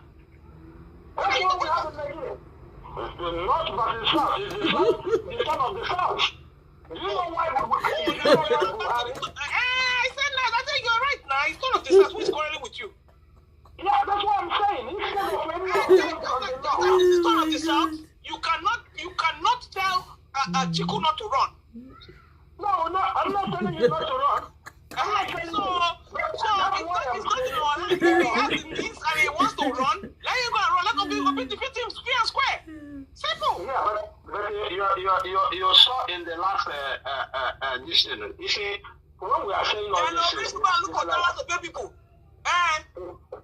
it's like we don't understand what we say. That is money he has in the bank. He should bring it and start paying people. Obi did not create Nigeria. If you want to win election, go and bring money. If I think you give 2,000, you give 5,000. Go and bring your money. You see, madam, look, let me tell you something now, yeah? You see, you want to play Nigerian politics. Then play by the rules. That's what I'm saying, yeah? If I were in the shoes of Obi... Why is he keeping his money? Why is he keeping his money? As long as, right, Atiku is there telling us he cannot respect the unwritten rules. He doesn't have to respect the unwritten rules. It's not in the Constitution. I don't care about your unwritten rules. I don't care about your unwritten rules. I'm not interested. Maybe you're trying to gaslight me. Bring your dollar for so bad and let us eat the money. It's your vote. Because I'm not sure if... You want us to come and give you the money? You want us to come and give you... Look, let me tell you something. We want you to give we want to hang the presidency ticket on your neck. Like that. You go bring your money, you go pay. Let me tell you something you don't understand. You see, 2015, yeah? 2015. We're not looking for steps. Go and bring the money. It's not because anybody talk to Jega or whatever, yeah? Jega knew it was the son of the Noah. And that's why, to avoid problem, even Jonathan knew that. To avoid scattering the country. Which son of the when it comes to the South, which son of the North? Which son of the North? 2015 was the son of the North. It's not the son of the North anything. Jonathan has still had 2 years. 2 years for who? Yes. Is there any 2 years in our constitution? And you should have said it, that he will live after 2 years. People like you extend it from the one. Let Jonathan respect himself. There's no way in this world. There's no way in this world the North is going to let you have 10 years, which nobody can catch in this world again. There's no way it's going to happen. And that's what, if Jonathan didn't run, yeah, Nigeria would have gone to pieces. I'm not joking. I said this before it happened. Listen, this is a very simple matter. I'm not for anybody. See, I don't believe in all that stupid gentleman agreement that they have there. As long as you have your marbles and you have money to spend, enter the race. Let the winner take it all. I don't want any stupid gentleman agreement. We're not going to give you no consensus ticket. Wherever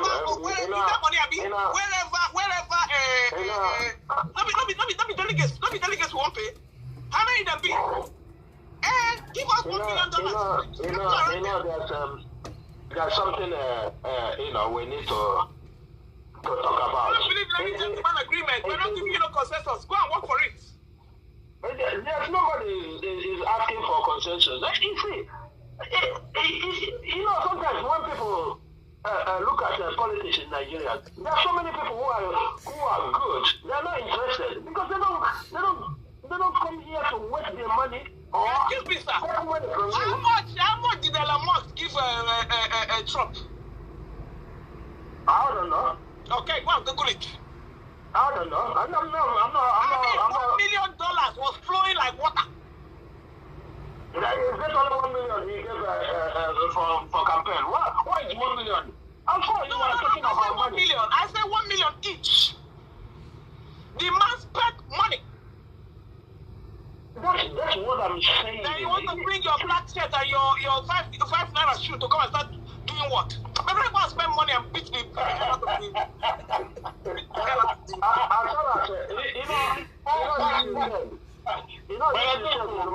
guys stop making me laugh here. You're cracking me up over here. Can I say over 300 million? You think politics is a game for losers? It's not a game for wussies, right? But Nigeria has not. How much do you think Tinubu spent for over 20 years? Spend on who? It looks like. Am I supposed to educate you? When we talk about people spending money for politics, yeah, Nigeria has not even started. Where are you spending that money? You spend that money on those people. Like, for example, now, the money, you see how Trump stand up against Elon Musk. That you give me money doesn't mean you can come and take over the government. That's why we are thinking about Nigeria, not spending like that. What did you say? That the fact that you gave me money doesn't mean you can take over the government. Which place are you living in? So what is happening now? If you're broke, you can't get in government. Simple. What is happening now? If you are stingy, you can't get in government. No. What is happening between Elon Musk now and his best friend? That's not the issue. We have got it to the What is happening between Ganduje and Tinubu? Listen to me. Nobody cares what happened after you get there. You just need to get there.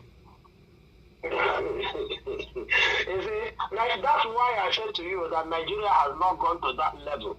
Nigeria is still a baby. We are in that level. No. Nigeria is a baby. Because that is why your senators are getting. That is why your senators are getting $300 million cars, and Wike is driving a Lamborghini or whatever the heck he's driving. Yeah. It is happening live. Your judges are getting millions of houses. So it is happening live. Are you in denial or what? No, it's not happening. It's not happening. I respect this. If you get power, you don't know what to do with power. It's not happening. You may have. I'll give you the example of Elon Musk. When it comes to take the full power, Trump tells him to withdraw. That's it. So if we and you cannot be crying about what is it called, cabal. If people actually play politics how it's played, politics is money, okay? But in Nigeria, politics is corruption. That's it. That's the two opposite things. Where I live today. Excuse me. The question for you: do you think there's any clean politics anywhere in this world? Yeah. There's no clean politics, but there's a gauge, there's a barrier you must not cross. That is a fact. You said there's a gate. There's a gate. Yeah. Nigeria, you have bread passport for Nigeria was open. Excuse me, Nigeria soccer no get goal, no get goal post. That's what I'm telling you. Nigeria's phone is open. In where you live today, that's why the incident between Trump and Elon Musk is a perfect example. Because Elon Musk has reached that gate that he has no key to. But in Nigeria, it's wide open. That's why I don't support people using huge amount of money for politics, because anybody that gives you money in Nigeria believes to control you. That's the thing you're hearing about the cabals. The cabals you hear is not maybe the ministers or this or that. No, it is the people who contributed you being there. So they have to say what you do and what you don't do. And we have baby politicians, for Christ's sake. You're right. Politicians. You're right. Okay? And the only problem in this whole equation is that the cabal is spending the government money. Mr. Peter Obi cannot use his money for that kind of thing. Exactly. So, in the final analysis, he needs to get out of the race. That's what I'm saying to you. If I were Obi, once Atiku rear his head again, let Nigeria go to places. He's not qualified to run in that dirty game. He's not qualified. That is the reason why I said I would rather take Atiku, because he's not them. Even Atiku. Mr.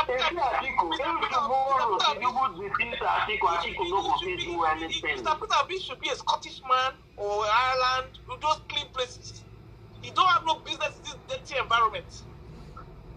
That's what I'm saying. You see this Atiku is shouting he's gonna do this, he's gonna do that. Atiku can't do shit. Mr. Peter Obi it's fine. Mr. Peter Obi is too good for Nigerian politics.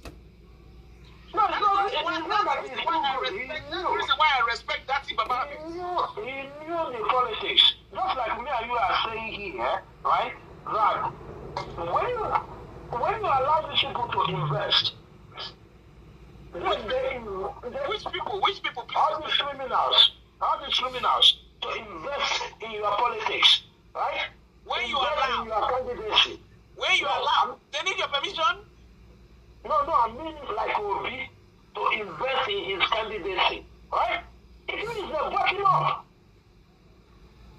If he goes there, today many people are saying, "Oh, this guy, we thought he's a Democrat, this, that, right?"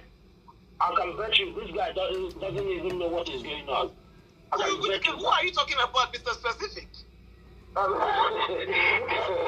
Tinubu. Tinubu doesn't know what is going around there. People think it's a joke when Buhari said, "I'm not Awa."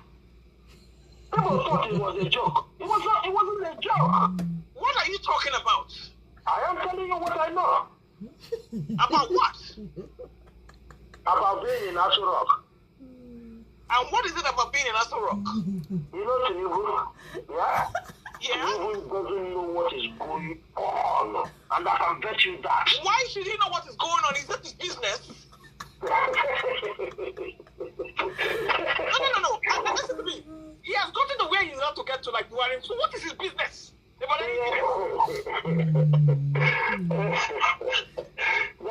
what I'm saying to you, right? Yeah, you have your own work. You see, he's just like that. See, Tinubu has problems. Tinubu is fishing. He has international problems. And you want him to leave that one and start playing with new fights? No, you're correct on that. He has his international problem. Buhari had his identity crisis. Whether it was the one from Niger or the one from today, you know what? We are going to wait to see how old Buhari is going to be before they announce him dead. This man is going to live forever, and we forget that this man is dead and gone. We are going to wait. So you see, we are going to see Buhari. Now that they're talking about Nnamdi Kanu, now he's sick, mysteriously. He's sick. He's in London now. So they're going to find an exit way to bury him somewhere, and that's the end of it. See, this is Nigeria. There is no way to tell you that we are the capital of 419. You think we're joking? Yeah, it's beyond 419 now. I can tell you, it's beyond 419. And it doesn't mean that Nigerians don't know, but they are helpless. It's beyond 419, It's capital of political 419. I can tell you, was it not the other day, Garuba Shehu came out to tell us that Buhari is very, very poor. Somebody who is poor is in the hospital in London. You know what I mean? It's crazy. It's crazy. Can you imagine that? When you listen to Nigeria, when you listen to Nigerian politicians, you will understand that Emefiele has over 8,000 houses and Buhari has none. Go figure.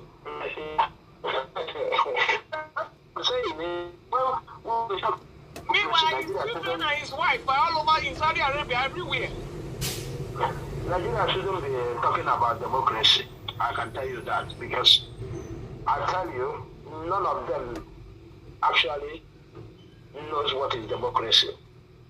I beg. Don't listen. You are going to another bush topic. Democracy.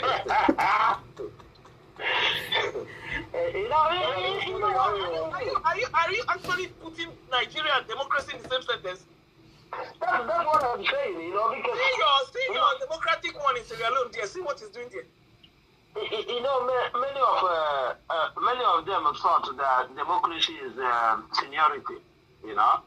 I don't even know. You're giving too much credit. You know that the typical Nigerian politician cannot even spell that word. They can't even spell that word, democracy. They are just using it to 419 people. That's not what they're practicing. No, I mean, in that aspect, you are right completely. Because how can you have a democracy and you go and hijack a whole state and put a military state of emergency there? Meanwhile, where you have bandits running all over the place, you are rehabilitating them and putting them in the military. Yeah, that's democracy for them. That's why I'm saying it. That's why I'm saying it. It is crazy. Honestly, I give Mr. Peter B hand to even venture into this terrain. Now, for me, that's why I said, if for me, immediately, no matter how many people who are looking up to me, I can understand him when he hands this up. If Atiku continues in this trajectory, because it pains me a lot, because Atiku is the demon I'm facing. And I beg to differ. Leave my sugar daddy alone. No. I get you. Demon is Tinubu. First your demon. I give that to you. I give that to you because, I will deal with Atiku any day that I can get to see that your tribalistic Guinea Republic fake Nigerian there also wrong. At least Atiku is a Nigerian. That's your wrong person is not even a Nigerian. No, I think nationalized. Let me tell you something. No true Nigerian would behave the way Tinubu is behaving. Just like no true Nigerian would have behaved the way Buhari is behaving. These are people from Niger or somebody that you cannot vouch where the man came from for the first 30 years of his life. And you are telling me that you take Atiku that grew up in Nigeria, that these two people that we don't know where he came from the first 30 years. You must be smoking something, my dear. No, Tinubu, a man that you don't know where he came from for the first 30 years of his life. That just came to do half boy in Nigeria. And then saw how useless Nigerian politics was and injected himself inside them. For the first 30 years of his life, you don't know where he came from. Then I think I can tell you what the primary school that married all the wives in Nigeria. You want me to serve you're campaigning for him because he married the Nigerian women. I'm not campaigning for him. You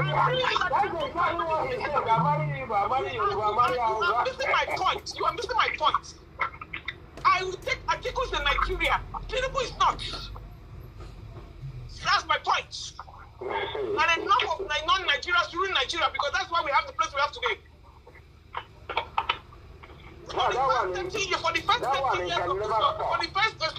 For the first 30 years of this your southern president, where do you know he came from?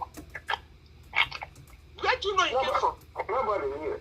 And you are telling me that I should take Tinubu over Atiku because from the south, from the fake south. Nigeria's problem is... I am not that dumb. Tinubu is not a Nigerian, period. Nigeria's problem is stretching and is... When you are not able to cross your border, this man came from Guinea or somewhere. How can you explain this for the first 30 years? No news, nobody knows where this man came from. And you take him over Atiku in Nigeria. You don't see people are debunking weekends and Amachi's, schoolmates are debunking him. Who has ever debunked Tinubu? Debunk him how? How can they debunk him when they don't know where he came from? That's what I'm saying. It's very funny. People are coming out now saying, we can shut up. You didn't do this, you didn't do that. But with Tinubu, once he said, I am Tinubu, I did this, I did that, everybody gets in. I don't know what is going on. You know what? You know the most sickening part? the most sickening part. This snake of a human being went to the most prosperous state in Nigeria, hijacked it. Hey! Oh, God. Hijacked the whole place and put it in his pocket. And those wives that were there, they look up, they stand down there. Yeah, but I think they're gonna break that jinx in the next coming election. I see that happening. You know how many times non-Lagosians have been using ruling Lagos? You know how many non-Lagosians have ruled Lagos? Is there any Lagosians that have ruled? Is it Ambode or the other one? I'm just asking you, sir. I'm not even sure Lagosians since 1999 has ruled. I don't know if Ambode. Because you are used to having foreigners coming to hijack the states. So it's only one person who owns the state from 1999 to date. That's what I'm saying. Because he saw that it was the most. See, I mean, no. See, you know what? I don't know. I just don't know. And the people sat down there. These are proud Yoruba people sat down there. They knew this man was not a Nigerian. Then you want to compare it to Adaba to see, I will take somebody who was born and bred in Nigeria any day that they usurper.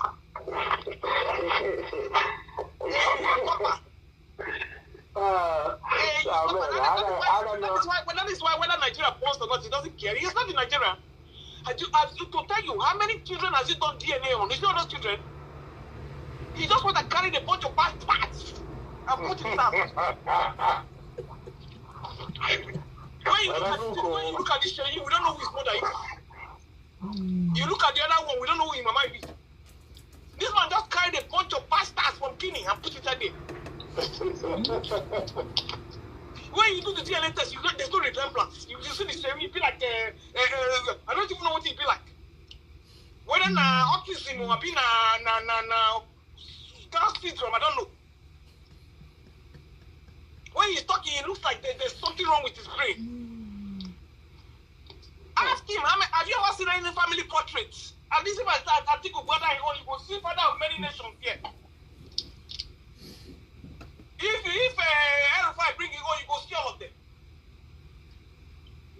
Can you tell me who the wives of Tinubu are? Except that Remy, his fellow drug pusher.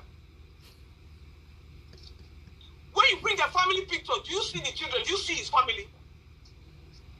And you want me to take this usurper over in Nigeria, through Nigeria, because it's Fulani. Sorry, not be all Fulani, Fulani.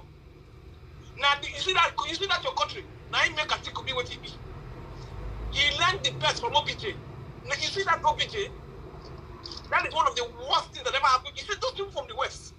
Those are the worst people that ever happened to Nigeria. OBJ set the tone for all this nonsense because he was the greatest criminal ever.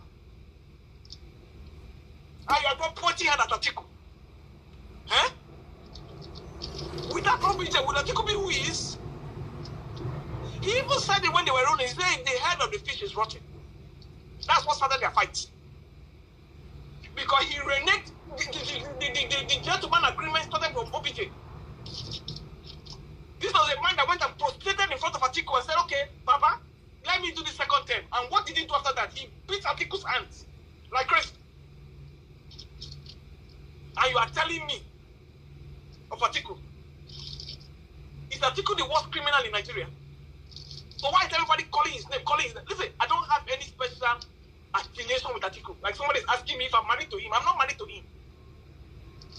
But I'm seeing things objectively. You cannot tell me to default to a non-Nigerian and leave a Nigerian. If Mr. Peter Obi can get the consensus ticket, I'm all for it. I'm all for it. But you can never tell me, oh, it's the gentleman agreement. Which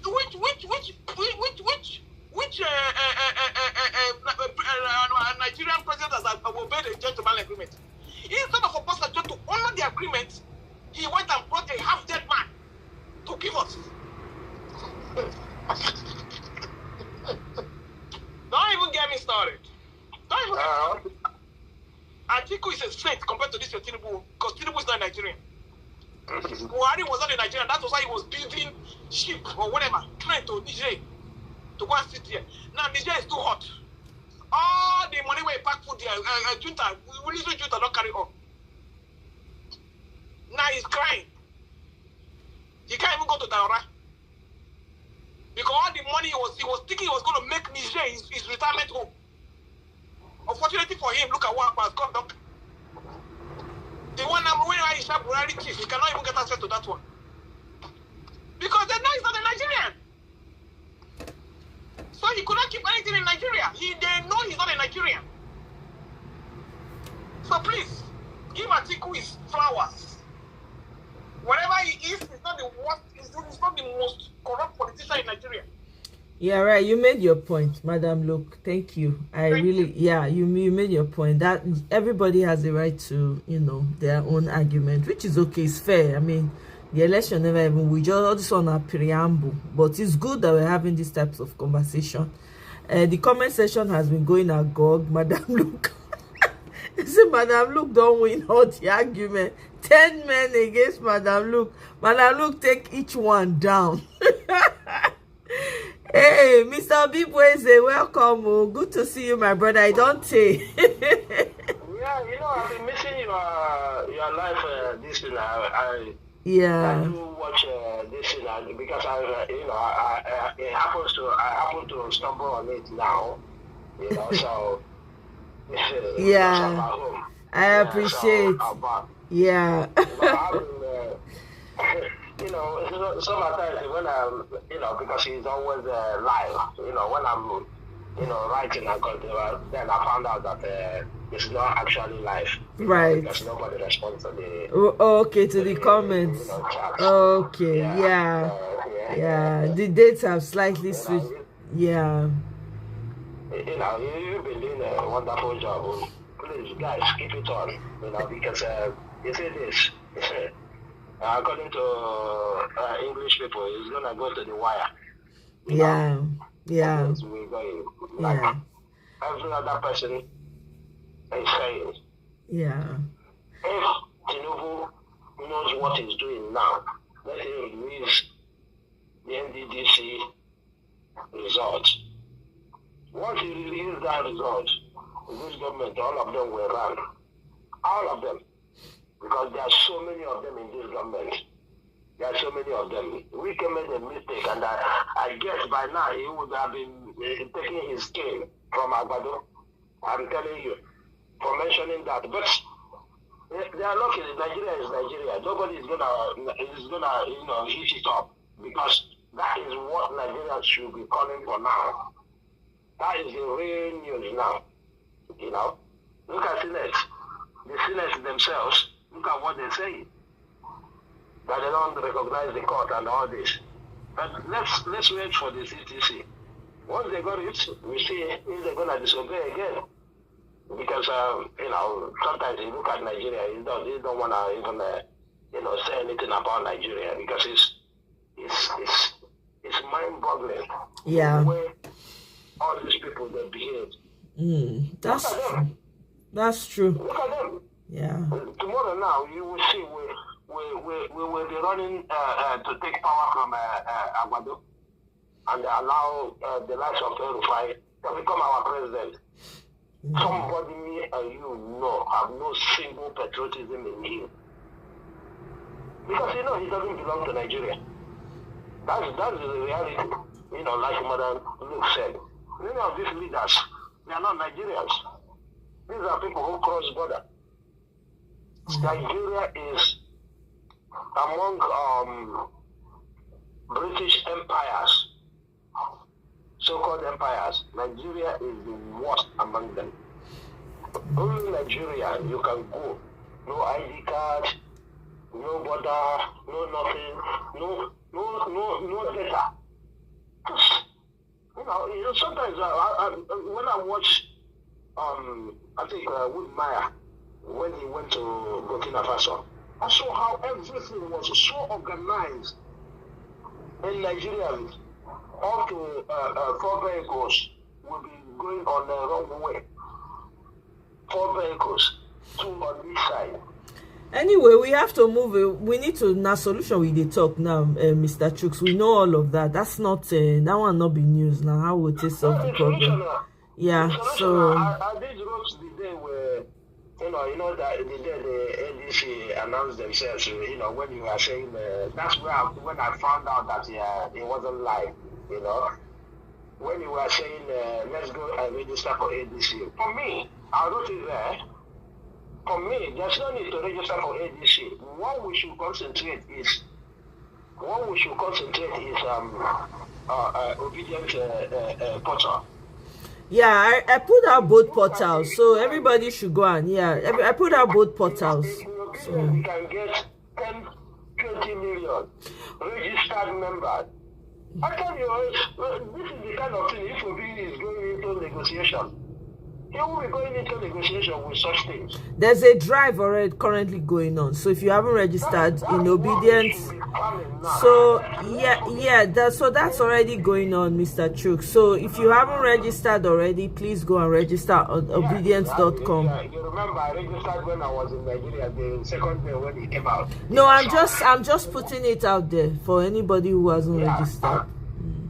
That's the campaign we should be running now. Let's forget was playing politics. Let them be playing politics while we should be going into that work of registration, because when we register hugely, it will give us leverage against all these people, because you cannot come with 10 million and somebody is saying let's do. Kene, can you share the one you think is fake? Because they said the website crashed 3 times because people were trying to register. And the reason why you're registering for ADC is not so that you can become they will count you among them. The truth is, the reason why people are doing it is for Peter Obi. If tomorrow, let's say Peter Obi now becomes the the person that they give the ticket to, then that's fine. If it's not, we pull it's very easy, pull your registration. So people are going wherever Peter Obi is going. For them. But how many people are actually 1,000 naira? That's what I'm saying. Yeah, but not every. I know why. I can understand why provisions made there as free.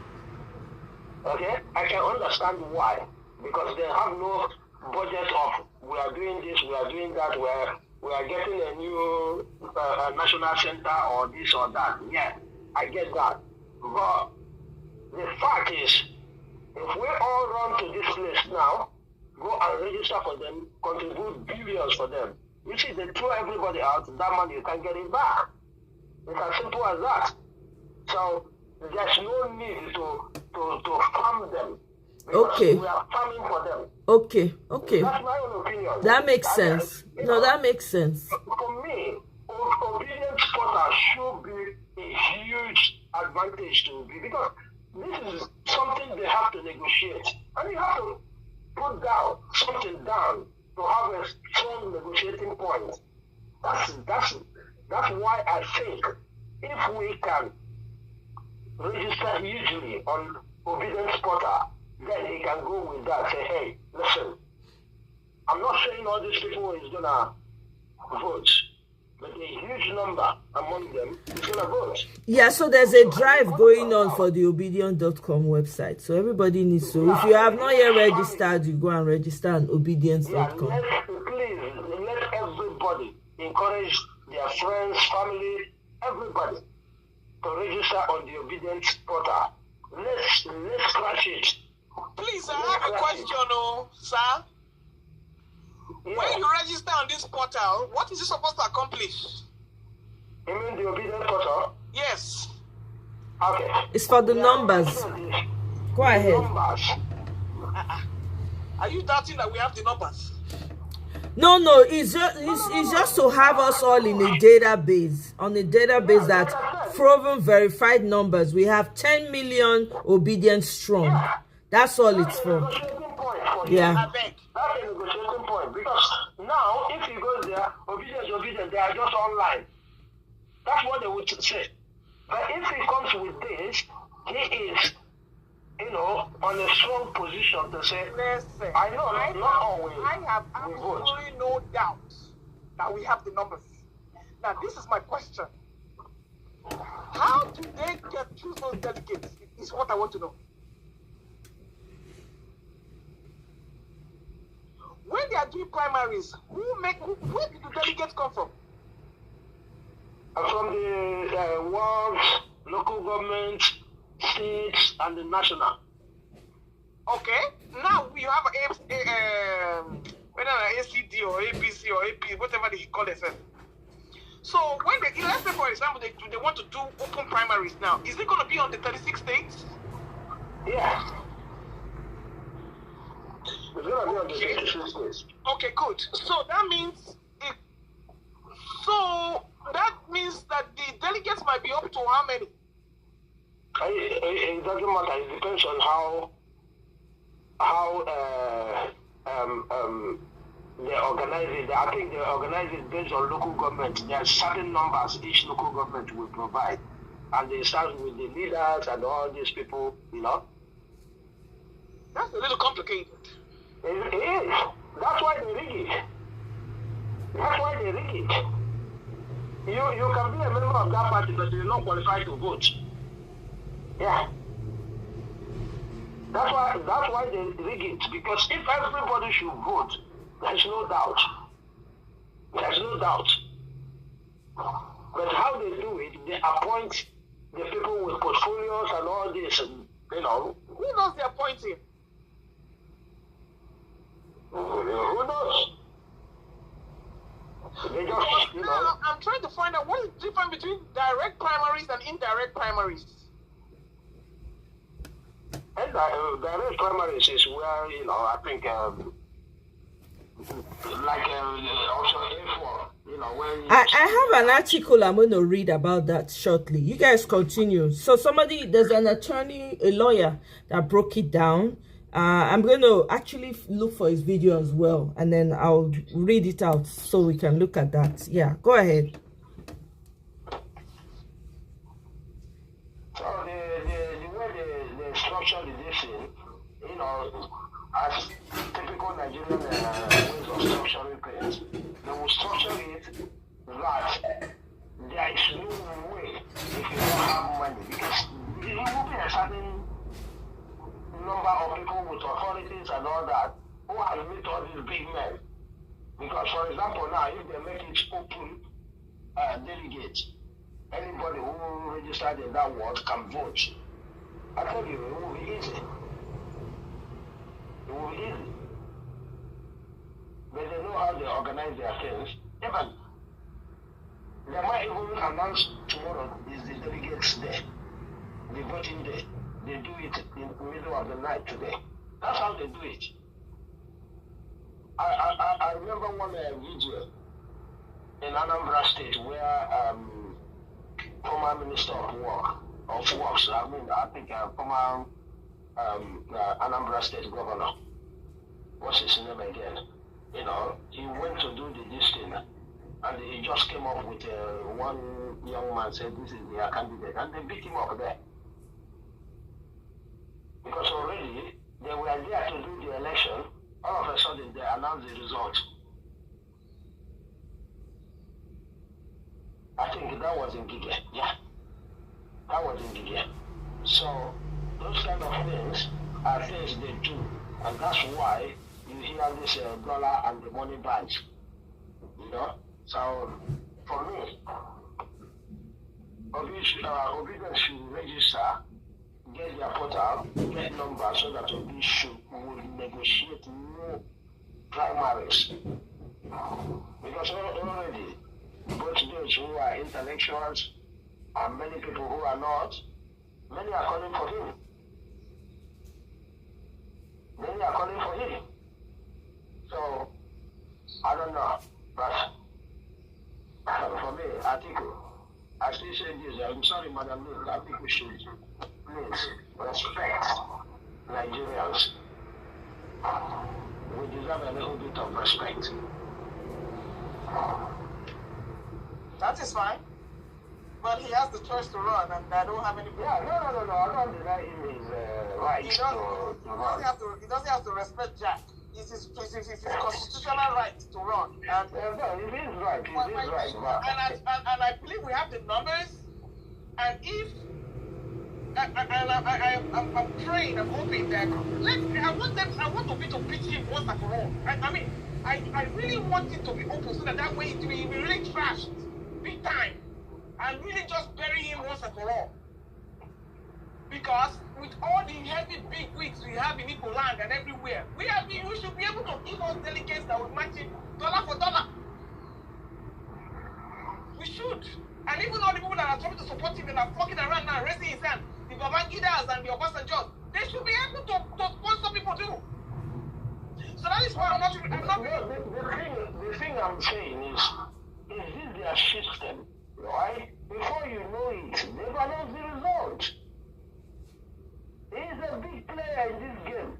That's why you see everybody saying it. That's not just about the money. That's just unfortunate. It's not just about the money. He is a big player. Think of it.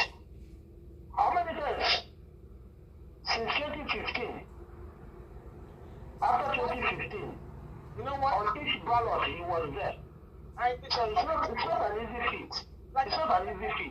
Like I said, it is. You see, I praise him and I wish he continues. I don't have any problem with that because I'm not a zonal president. I'm not interested in that zonal because of this lunatic we have now in power.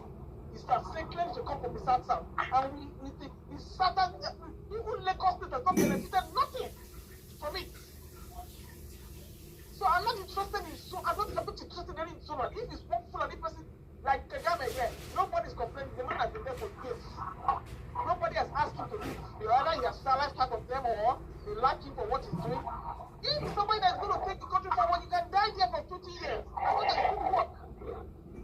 So my question now is, if Atiku is brandishing himself and saying that he's going to make sure there's free and fair election, we have to warn it to him that also delegates will be free and fair. You want to run, Abi? Enter ring. Yeah, if they can put that on the table. I don't even if Buhari wants to come back if it's opportunity. Everybody should run. The rest is going to be sweeter. But just as he's arguing that the thing should be free and fair, then he cannot interfere or complain. If they talk about free and fair, we wouldn't need a coalition to run the presidency. If they say to change this must, let's say they promise that they're going to bring external people who are genuine, not biased. We don't need a coalition. We're talking about coalition because of the evils they will perpetrate in the election. That's why people somebody like me are even talking about a coalition. But guess what? When they were doing Jonathan's own, they had a coalition. It wasn't because they were going to rig the election. Exactly the same thing they prepared then is the reason I'm believing that this coalition is preparing. Osimhen just said it that time that he's going to form it's not shadow government. What kind of government? Parallel government. Yeah. Of course. He said it. He's going to form a parallel government. Do you think Obi will get away with that? That's why we are talking about coalition. If there is coalition and they set that type of a thing, nothing will happen, just like nothing happened during Jonathan, because they know they were in big coalition and they can't match them. They are in big coalition and they were ready for anything to happen. Well, that statement. Well, unfortunately, Jonathan, they are prepared for anything. Jonathan was wise enough to say that there is no position that is worth the drop of any Nigerian's blood. That's Jonathan. This lunatic in Aston Rock will even spill Nigerian blood. Thank you. So you can imagine what will happen if he goes against this coalition. He will use both the military, use the police. He will start picking them one by one. By the time that comes, none of them, all their files will come out. Or see what he did to Usman. Or what is the man? My other sugar daddy. Dr. Usman. He just carried that man, locked him up for like days. Nobody. I mean, he just started picking them up for people that are opposing him. This was not an assault. That's why I said I think if he goes this alone, he won't do nothing. I'm telling you this. And I thought he will do something because did you see anybody looking at Atiku's direction? This was Atiku that came out and told Akpabio that he was corrupt. Did you see anybody respond to him? Fear let them. Did you see anybody looking in his direction? All they can do is remove him of his Waziri title. Do you see anybody looking in his direction? Let them try now. Let them try. Meanwhile, they go burn Obi's brother's house. They went to raise Obi's brother's house down. So you're gonna know your mettle for this one because they know say when it comes to that one, and that is why you see by the time this thing happens, those people will unleash all the Fulanis all over the country. Life will be unbearable. Life will be unbearable.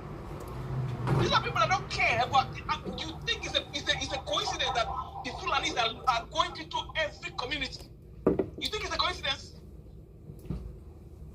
You think it's a coincidence? So, see, my thing is, we're all looking for solutions. I don't know how Mr. Peter Obi is going to navigate that coalition business.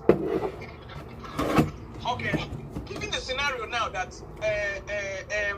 Atiku decides to leave that party, that coalition, what is the plan B for Obi? It's the same thing. He will be pushing for, single term in office as a directive. And with who support? And with who support? I don't know. But all right. No. Let me tell you. Before they're calling him on the coalition. All those northerners will drop out like flies. You see all these things are doing. Like I said, never trust them. You see, a northerner. See, that's why they are better than southerners. If northerners did not stop this your trucking, that's a rock. He will not go nowhere. He played them with that Muslim ticket. He played them well.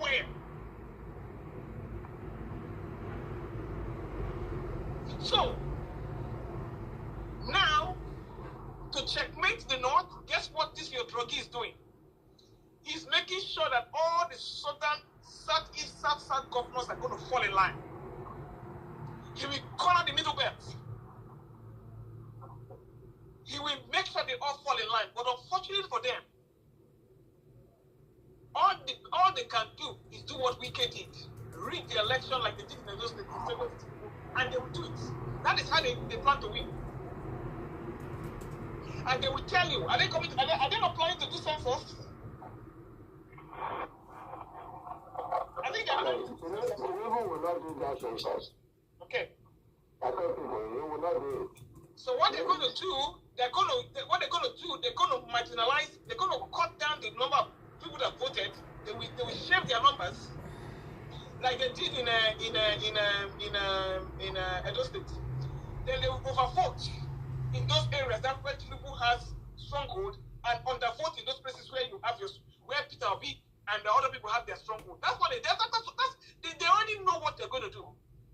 And then the ones that are hungry, they will buy all the PVCs with 10,000 naira.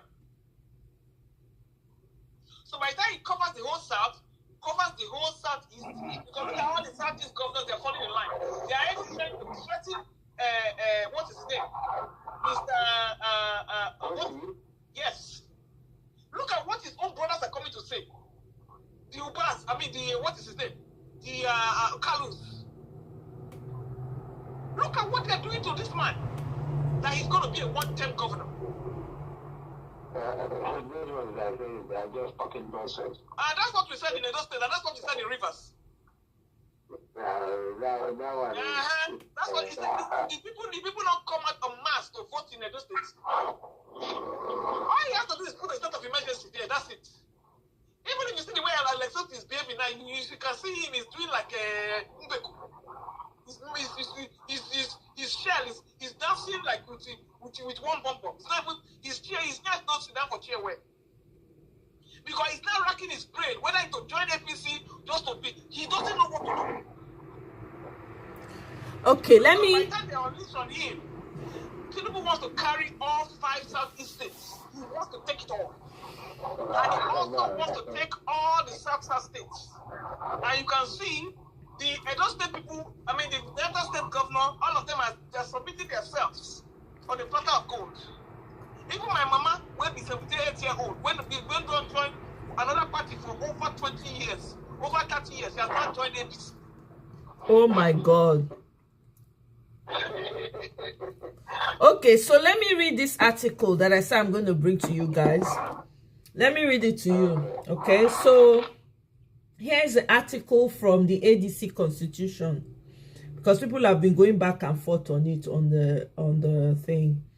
So let me start. It says the motto of the party shall be in pursuit of the welfare of our people and I don't know what end. While the slogan shall be democracy, it is our right to choose, progress, a choice to make, elections, no more imposition, ADO change, ADO change, AD and C change for a better Nigeria. That's the chant. This line change aspect must be used while conducting any party meetings or occasions and shall be followed by raising the clenched right or left hand to synchronize.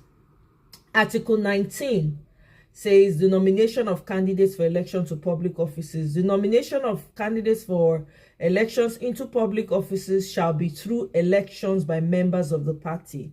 The National Executive Committee shall issue guideline regulations in accordance with this constitution for the nomination of candidates for elections into public office. The National Executive Committee of the party shall be the final authority for the confirmation of names or list of party nominations for election into public office. You get that?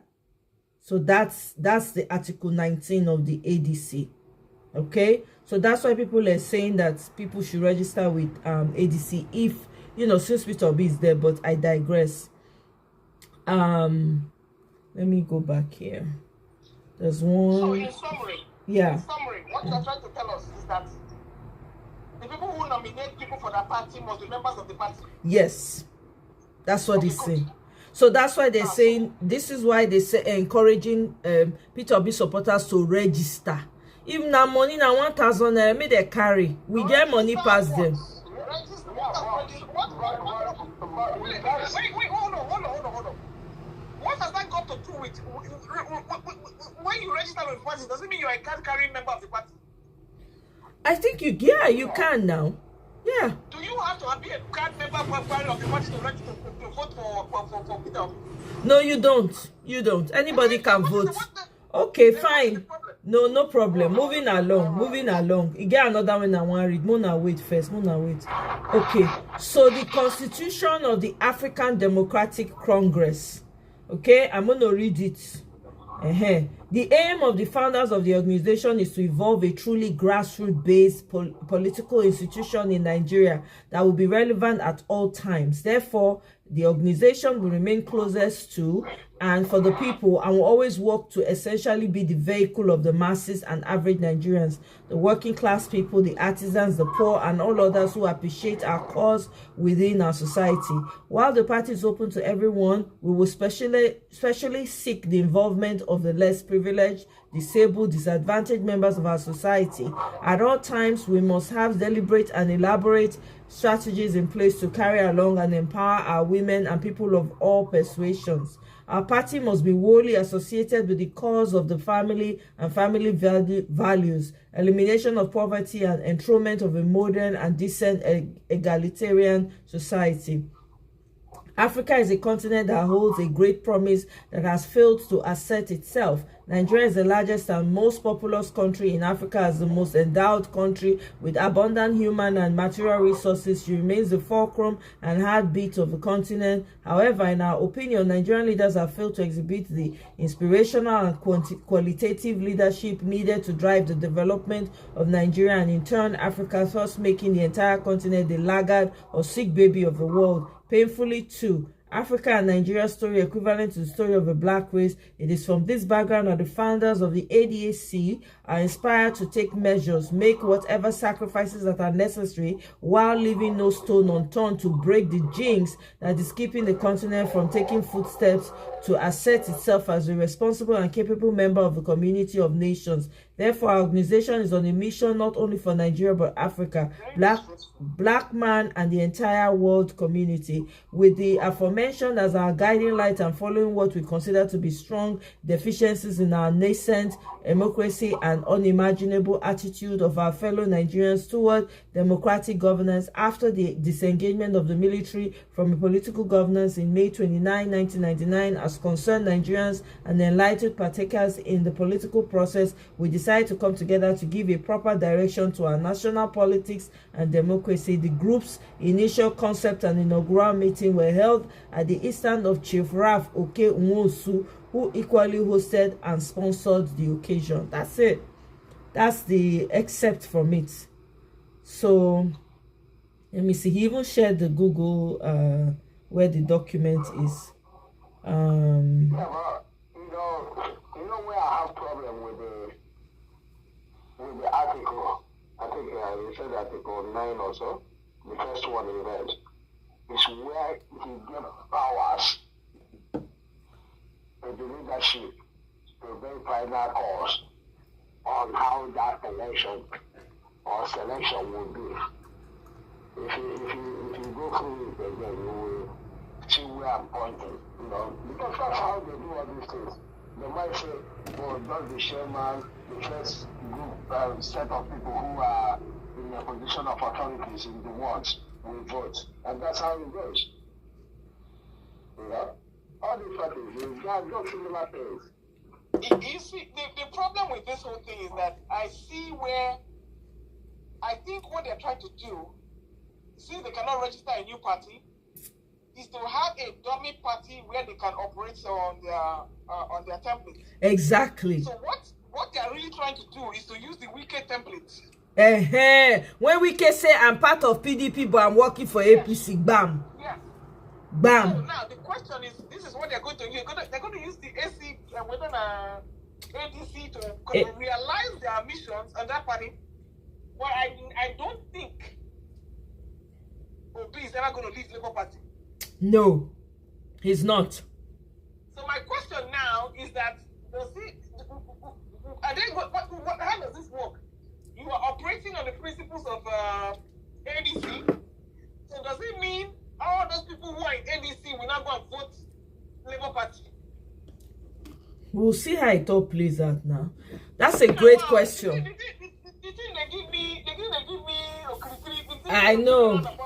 Yeah, nothing is very clear yet, Sha. That's the truth. So they're just using that one so that way when it comes to shop.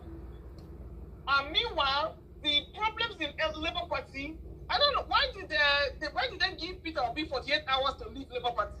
Say the Labour Party now don't come be like say you get two factions. There's the one controlled by Abure, right, which is being encouraged by INEC, but INEC not going to come out in name. Then there's the one by Nenadi Usman. So the Nenadi Usman, they talk say, we not give them 48 hours. You're on your own with that. So now Abure, because they don't pay Abure now, Abure they dance to the tune. Do you know how that can be a problem? Yeah, I know. Do you know how that can be a problem? They would disqualify Peter Obi at the last minute. That's what they're trying to do. Somewhere where about, and I think that there's also, I'm sure there's also a plus. I mean, this is from the grapevine. There's a plan already that they're trying to they have a plan for all of this. They have a plan towards. So there's They're gonna keep Abure there, so that at the last minute they will tell you that he was not accredited by the right chairman of the party. Exactly. So that is why I don't know. Ah, man. You understand? So waiting me they talk now. I'm saying that Obi himself, the obedient, Obi himself, the group, there's a plan also for that. But I don't want to talk too much. But yeah, they are aware. Everybody's aware of that. That's the intention. They want to last minute disqualify Peter Obi. That is why they are keeping Abure on there. It's intentional. It's intentional. So the more people voice it out, I don't know why people, I would assume, I would expect that the Labour Party people on the part of Peter Obi will go every time on the media hammering on the fact that INEC should remove Labour Abure as chairman. That is what they should put focus on. That. How many times they go ask INEC? They don't go court. How many times? How many times? But INEC will give you have justice here, then they will give you have justice there, they will give you have justice here. Just playing games. Exactly. But I've said this here before, if you remember. I've said it. Never, they continue to make the same mistake. This is what they did in 2022-23. You know, if this kind of a thing happens, test them in court. We know the courts are useless, but test them in court. They already did now. Mr. Chooks, they already did. They already did now. Have they sued INEC? Of course. They even removed Abure. They even removed Abure. They did. So INEC refused to obey. Yeah. INEC is refusing to. Yeah. They have obeyed and then they will not obey. They will obey and they will not obey. You know the one I'm talking about is after the last Supreme Court, which says that they should go back to the party. You know, which I would have claimed victory them, but when the CTC came in, Labour claimed victory. And you remember the one they went to IMF? I remember they went to IMF with that CTC saying, hey, remove Abure's name. But I'm not aware that they have gone to court. That's what I'm talking about. They even said that the whatever that they held in Oka is not, it was invalid. Exactly. That's the last one the court said. Yes, because so after that one, Abure's tenure has expired. If Abure's tenure has expired, what is he still doing there? That's what I'm saying. After that court, I don't know if they have gone to court because I said it here one time that they need to go to court. And Supreme Court's don't rule now. No, not the ruling. You know, the ruling is different. If INEC refuses to obey the ruling, you should go to court. That's what I'm saying. When you have reached the highest court of the land, where are you going? No, you're not getting it. No, listen. Just like when you went to when they gave Peter, Mr. Trogi, acquitted, gave him he was acquitted for the electoral fraud. So where was Peter Obi going to want? Where was he going to challenge the court again? Which court are you going? No, not what I mean. What do you mean? They went to the court and the court pronounced. Which court? The Supreme Court. Okay, is there any other court after the Supreme Court? This is for a separate matter, I'm saying. They've gone to Supreme Court, which Supreme Court says Labour won, right? So now... Labour won what? They said that this is Abure held in Oka is invalid, which means Labour won. We're saying that they said Abure is not the chairman of the party. Exactly. So now, INEC refuses to take his name off. Sue INEC for not taking his name off. That's what I'm saying. And I'm asking you, which court do you want to go to? High Court, of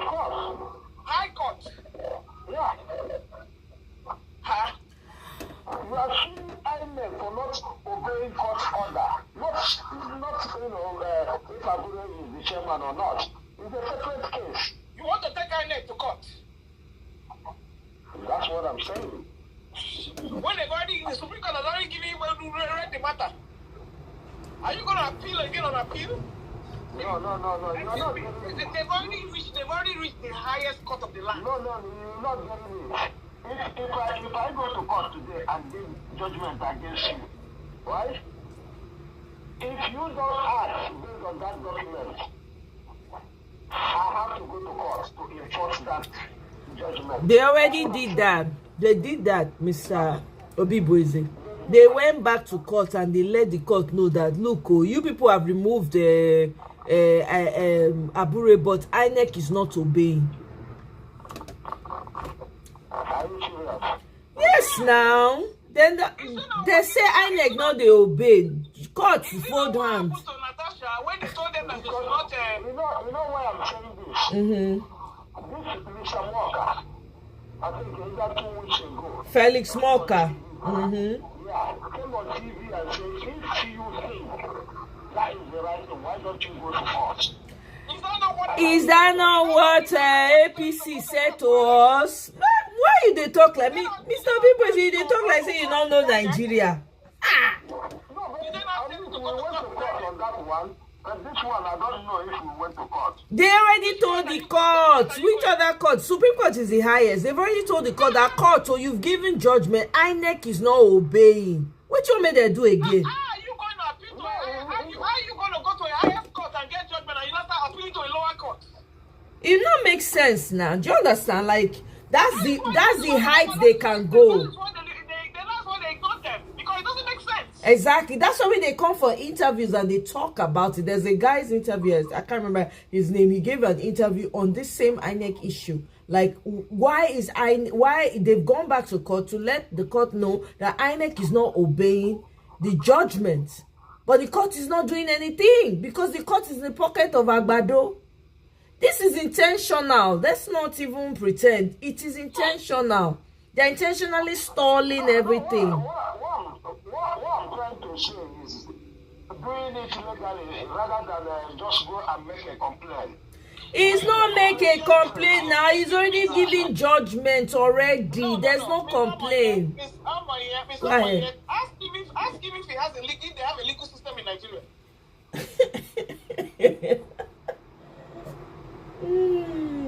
If Mahmoud don't tell you to go to court, where are you today? They know what they are doing. No, that's to tell you that they have a placeholder judgment so that they can use it to upturn obese exactly credibility in the future. In the future, they are holding it. It's intentional. They're not going to do anything about it. And the reason of you just want to go to ACD or whatever that place is, AGC, is because it's too early. Yeah, it is.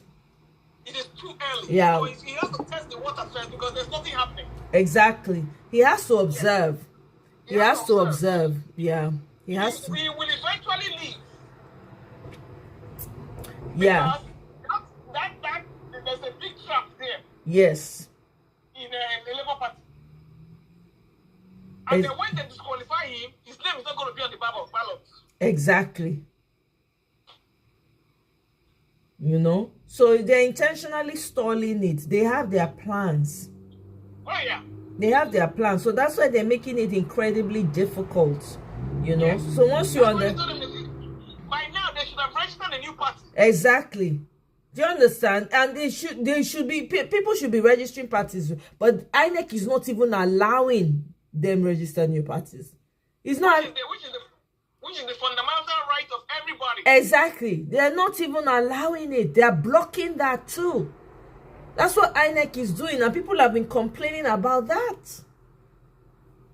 You know, even though they are lying that, oh, yeah, they're giving excuse upon excuse. They are not allowing new parties to be registered. Eh? This is the problem. This is the situation that we have found ourselves. You understand? And that is why they went and picked up that ADC, yes. ADC, because they treat APC to thinking that they were going to register new party. While they were busy doing all that nonsense, they Kukuma go hook on ADC. Exactly. It didn't quick them time to discover how to plot them in that place. Exactly. They didn't even know the exist. I don't think they knew about the existence of that party. So what is going to happen now is that they're going to infiltrate all the parties just in case. Yes. Do you understand? Yes. This is how deathly afraid they are of Peter Obi. So they will infiltrate all because ADC slipped through them. Now I'm telling you. You know, so this is why I'm like, you know what? Let's work with what we have. I get it. We all have our very strong stance, but we got to work with what we have, and whatever can come out of it, let's hold on to that. You know, let's not the same way they're double dipping. They're all over the place now because they are afraid. They are so scared. Look at Wike going to church. Conversation never waka. He don't mention Peter Obi. Everybody's Peter Obi. They are all afraid of this man. So it is now up to us as the people. We must make sure that we do our own homework. Of course, we know say there's an extent to what we can do, but let's do our own part. You know? Mr. Jagun, do you want to say something? You're muted. I don't think I'm muted. I've just been listening. Oh. And, it's quite interesting. Yeah. I'm listening and learning, you see? But I think what I said in the first instance, I think many of us are following that angle, that coalition is a proposition that they think would work. And I think the person who would suffer most from it is Peter Obi. And I feel like it needs to go a different way, as suggested by others. But, you know, we continue watching. Yeah, we continue to watch. There's no real different way he can go right now. Everywhere has been hijacked, so unfortunately. Go ahead. Yeah, everywhere. The options he has is Labour Party that he currently is and this ADC. Yes. Unfortunately, that's the only option. So he's caught within a rock and a hard place. Yeah. So now it's like, okay, now that he has been boxed into that corner, what are his options? Well, again, you see, bro, I'm not, again, I just feel that, you know, in the game of politics, for a politician not to be planning, it becomes obvious at times like this. Because, to be honest, you know, things should have been done before this time by Peter Obi. How do you think he didn't try? How do you know he didn't try to do that? Oh, I don't think you understand how afraid they are of Peter Obi. Wait. Oh my God. No, you mustn't do me wrong. You mustn't do me wrong. I am for him. And I don't believe that. I'm not saying you're not for him, Jagun. I'm just saying, with the way Nigeria is, with T-Pain and all his goons, they've made it impossible. I'm just saying that Peter Obi would have tried until that man comes out to tell you the effort he has put in. None of us can even fathom. So I am saying that T-Pain is a dangerous demonic entity. He has legions with him. And they know they've already overtaken a lot of the things that you know what APC is very good at? They are very good at politics. They know how to close everywhere because they have been the ones in opposition. So they know what opposition is likely to do. So they project. Bat has not entered. He has not done 4 years. He's already campaigning strongly. So anyway, go ahead. News, ADC don't split. Yo, where you just see that one? Where Darlington is on VO3. I bet make I where VOP. Dr. Darlington. Darlington did there. Oh my God. Yes. Oh my God. Split. Listen, ADC split without the other pressure. You see what I'm saying? Vows to quit presidency. You see what I'm saying? Say what? Listen, I don't talk this thing since. I said, go for the VP. No. If you not complete and now you they say vows to quit 2027. If come on now, madam, look, you give only half this thing now. The funny thing that you don't have any if like to stand up. That's not true. I beg. He say if you don't really talk and say ADC, he's only interested in people coming together for the good of the people to take Nigeria back, not for power. So if he's not new. Excuse me, it's all for power, I beg. It's not all for power. No, it's not all for power. Not be saying a bad thing, no. Power not be saying a bad thing. You go use power to do good thing now. You still have to have the power.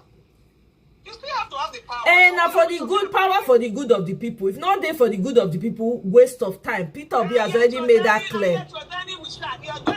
He has to have conversations with them. We good, the bad, and the ugly. I not get problem with that one. I beg. I don't get problem with that one. When you have it, you know say when man they chase woman. Let me tell you. As those Nigerian boys they trick us those days. Let me tell you. You know say when they don't corner you, they will tell you say now only the tip they want put inside. There you go. Wait, make I listen to waiting barrister. Make we just play.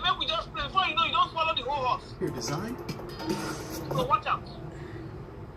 I beg, Peter Obi not be like that. Biko. Wait, make I see. Peter Jonathan. Barrister Darlington team article. No, because let me tell you, cannot say I am telling you now because of his antecedents now. People to your own case, barrister, is the fact that best strategy to unseat the president. There needs to be a stronger reason beyond I just want to go out of there. There needs to be a strong. Article is the one gathering all this. That he has what it takes. We have complained that I don't get to pick your calls or read out messages or time. Before they start picking this call, we need to thrash out certain things. You've been thrashing now. Let them also thrash. Hold on. I thought we were just introducing. You say this article matter and people. They should not be deceived. I've said it, and in fact, I am very confident. Let Obi work with Atiku. President. Hold on, I am coming. Atiku, if not for the betrayal of Obasanjo, will Atiku suffer this thing is suffering today? Tell me. If not for the betrayal of Obasanjo. Yes. Obasanjo betrayed Atiku. Barrister, it's the time of the South. Is it not the time of the South? Hold on. It's not the time of the South. Whether the South you do well or not. Are you listening? Barrister, voice of the people. If Peter Obi it's runs the FM radio 90 in 2031, then it's the radio station, not the TV. Seriously? Hold on. 90.3 FM. People want to even break the agreement. Maybe it will not last for. It will not go beyond 8 years. Hold on, I'm coming. If you not take it for it, if it comes out here, who will be the beneficiary? So what are you saying? Let's assume Atiku break the agreement because it will be an agreement that after 31, I will leave office. Peter Obi, it will not come down south here. Is that not true? Tell me, if it comes out here, whether after 1 term or after 2 terms, who will be the beneficiary over here in the south? Who will be the higher political figure in the south here that will look for that office? Who is that person? Is it not Peter Obi? But now they want to mess him up by telling you, run alone. Don't run with this. Who wants to mess him up? The people that are talking now. You're saying that his supporters who feel that he has what it takes to run. People like Keyamo. It's not just Keyamo, Barrister. A lot of the supporters and the obedience run across all the regions. For me, anybody that will take power from Tinubu is welcome by me. So you don't care about the competence of the person. You don't care if the person is going to do better. You just feel that let Tinubu get out. Are we not supposed to look for a positive change? Somebody that will do better than Tinubu? If that is what you is somebody else listening there? Okay, make I shut this one. Make I wait till be that one. Who they play something for there? Who they play something for there? Oh, all right. Well, more will wrap am up. More na go listen to Barrister Darlington. I bet Barrister Darlington na my celebrity crush. I bet na my Michael Jackson be this. May I go take time listen to her? Barrister Darlington is my Michael Jackson, and they like the man. Even though me I ain't not agree on this. When they go, but It's all good. You see, Madam Omoye, you know something, eh? There's a difference between younger politicians and people who don't see. We don't live through those Obasanjo regime. Right. We see as all the things they cascade from down. Right. We know what this. See, you can tell what is going to happen in the future. Then go so box this Obito corner here, he will lose everything. If I read that, you go quench. Okay. All right, no problem. No, well, I will come back later. Thank you very much. Sure. Yeah. Enjoy the time. Yeah. I'll see all of you very soon. I'm going to catch up soon. Eh? All right, no problem. I'll be back later on. Thank you all so much for joining. I appreciate Madam Luke. Thank you. Yeah. Mr. Chooks, Obiboeze, thank you very much. Later. Yeah. Bye. Guys, make everybody go listen to Barrister Darlington. It's almost over, and we'll come back later. Thank you very much. I appreciate you all. Madam Luke, thank you so much for the super chat. I greatly appreciate. I'll see you guys on my next one. Bye.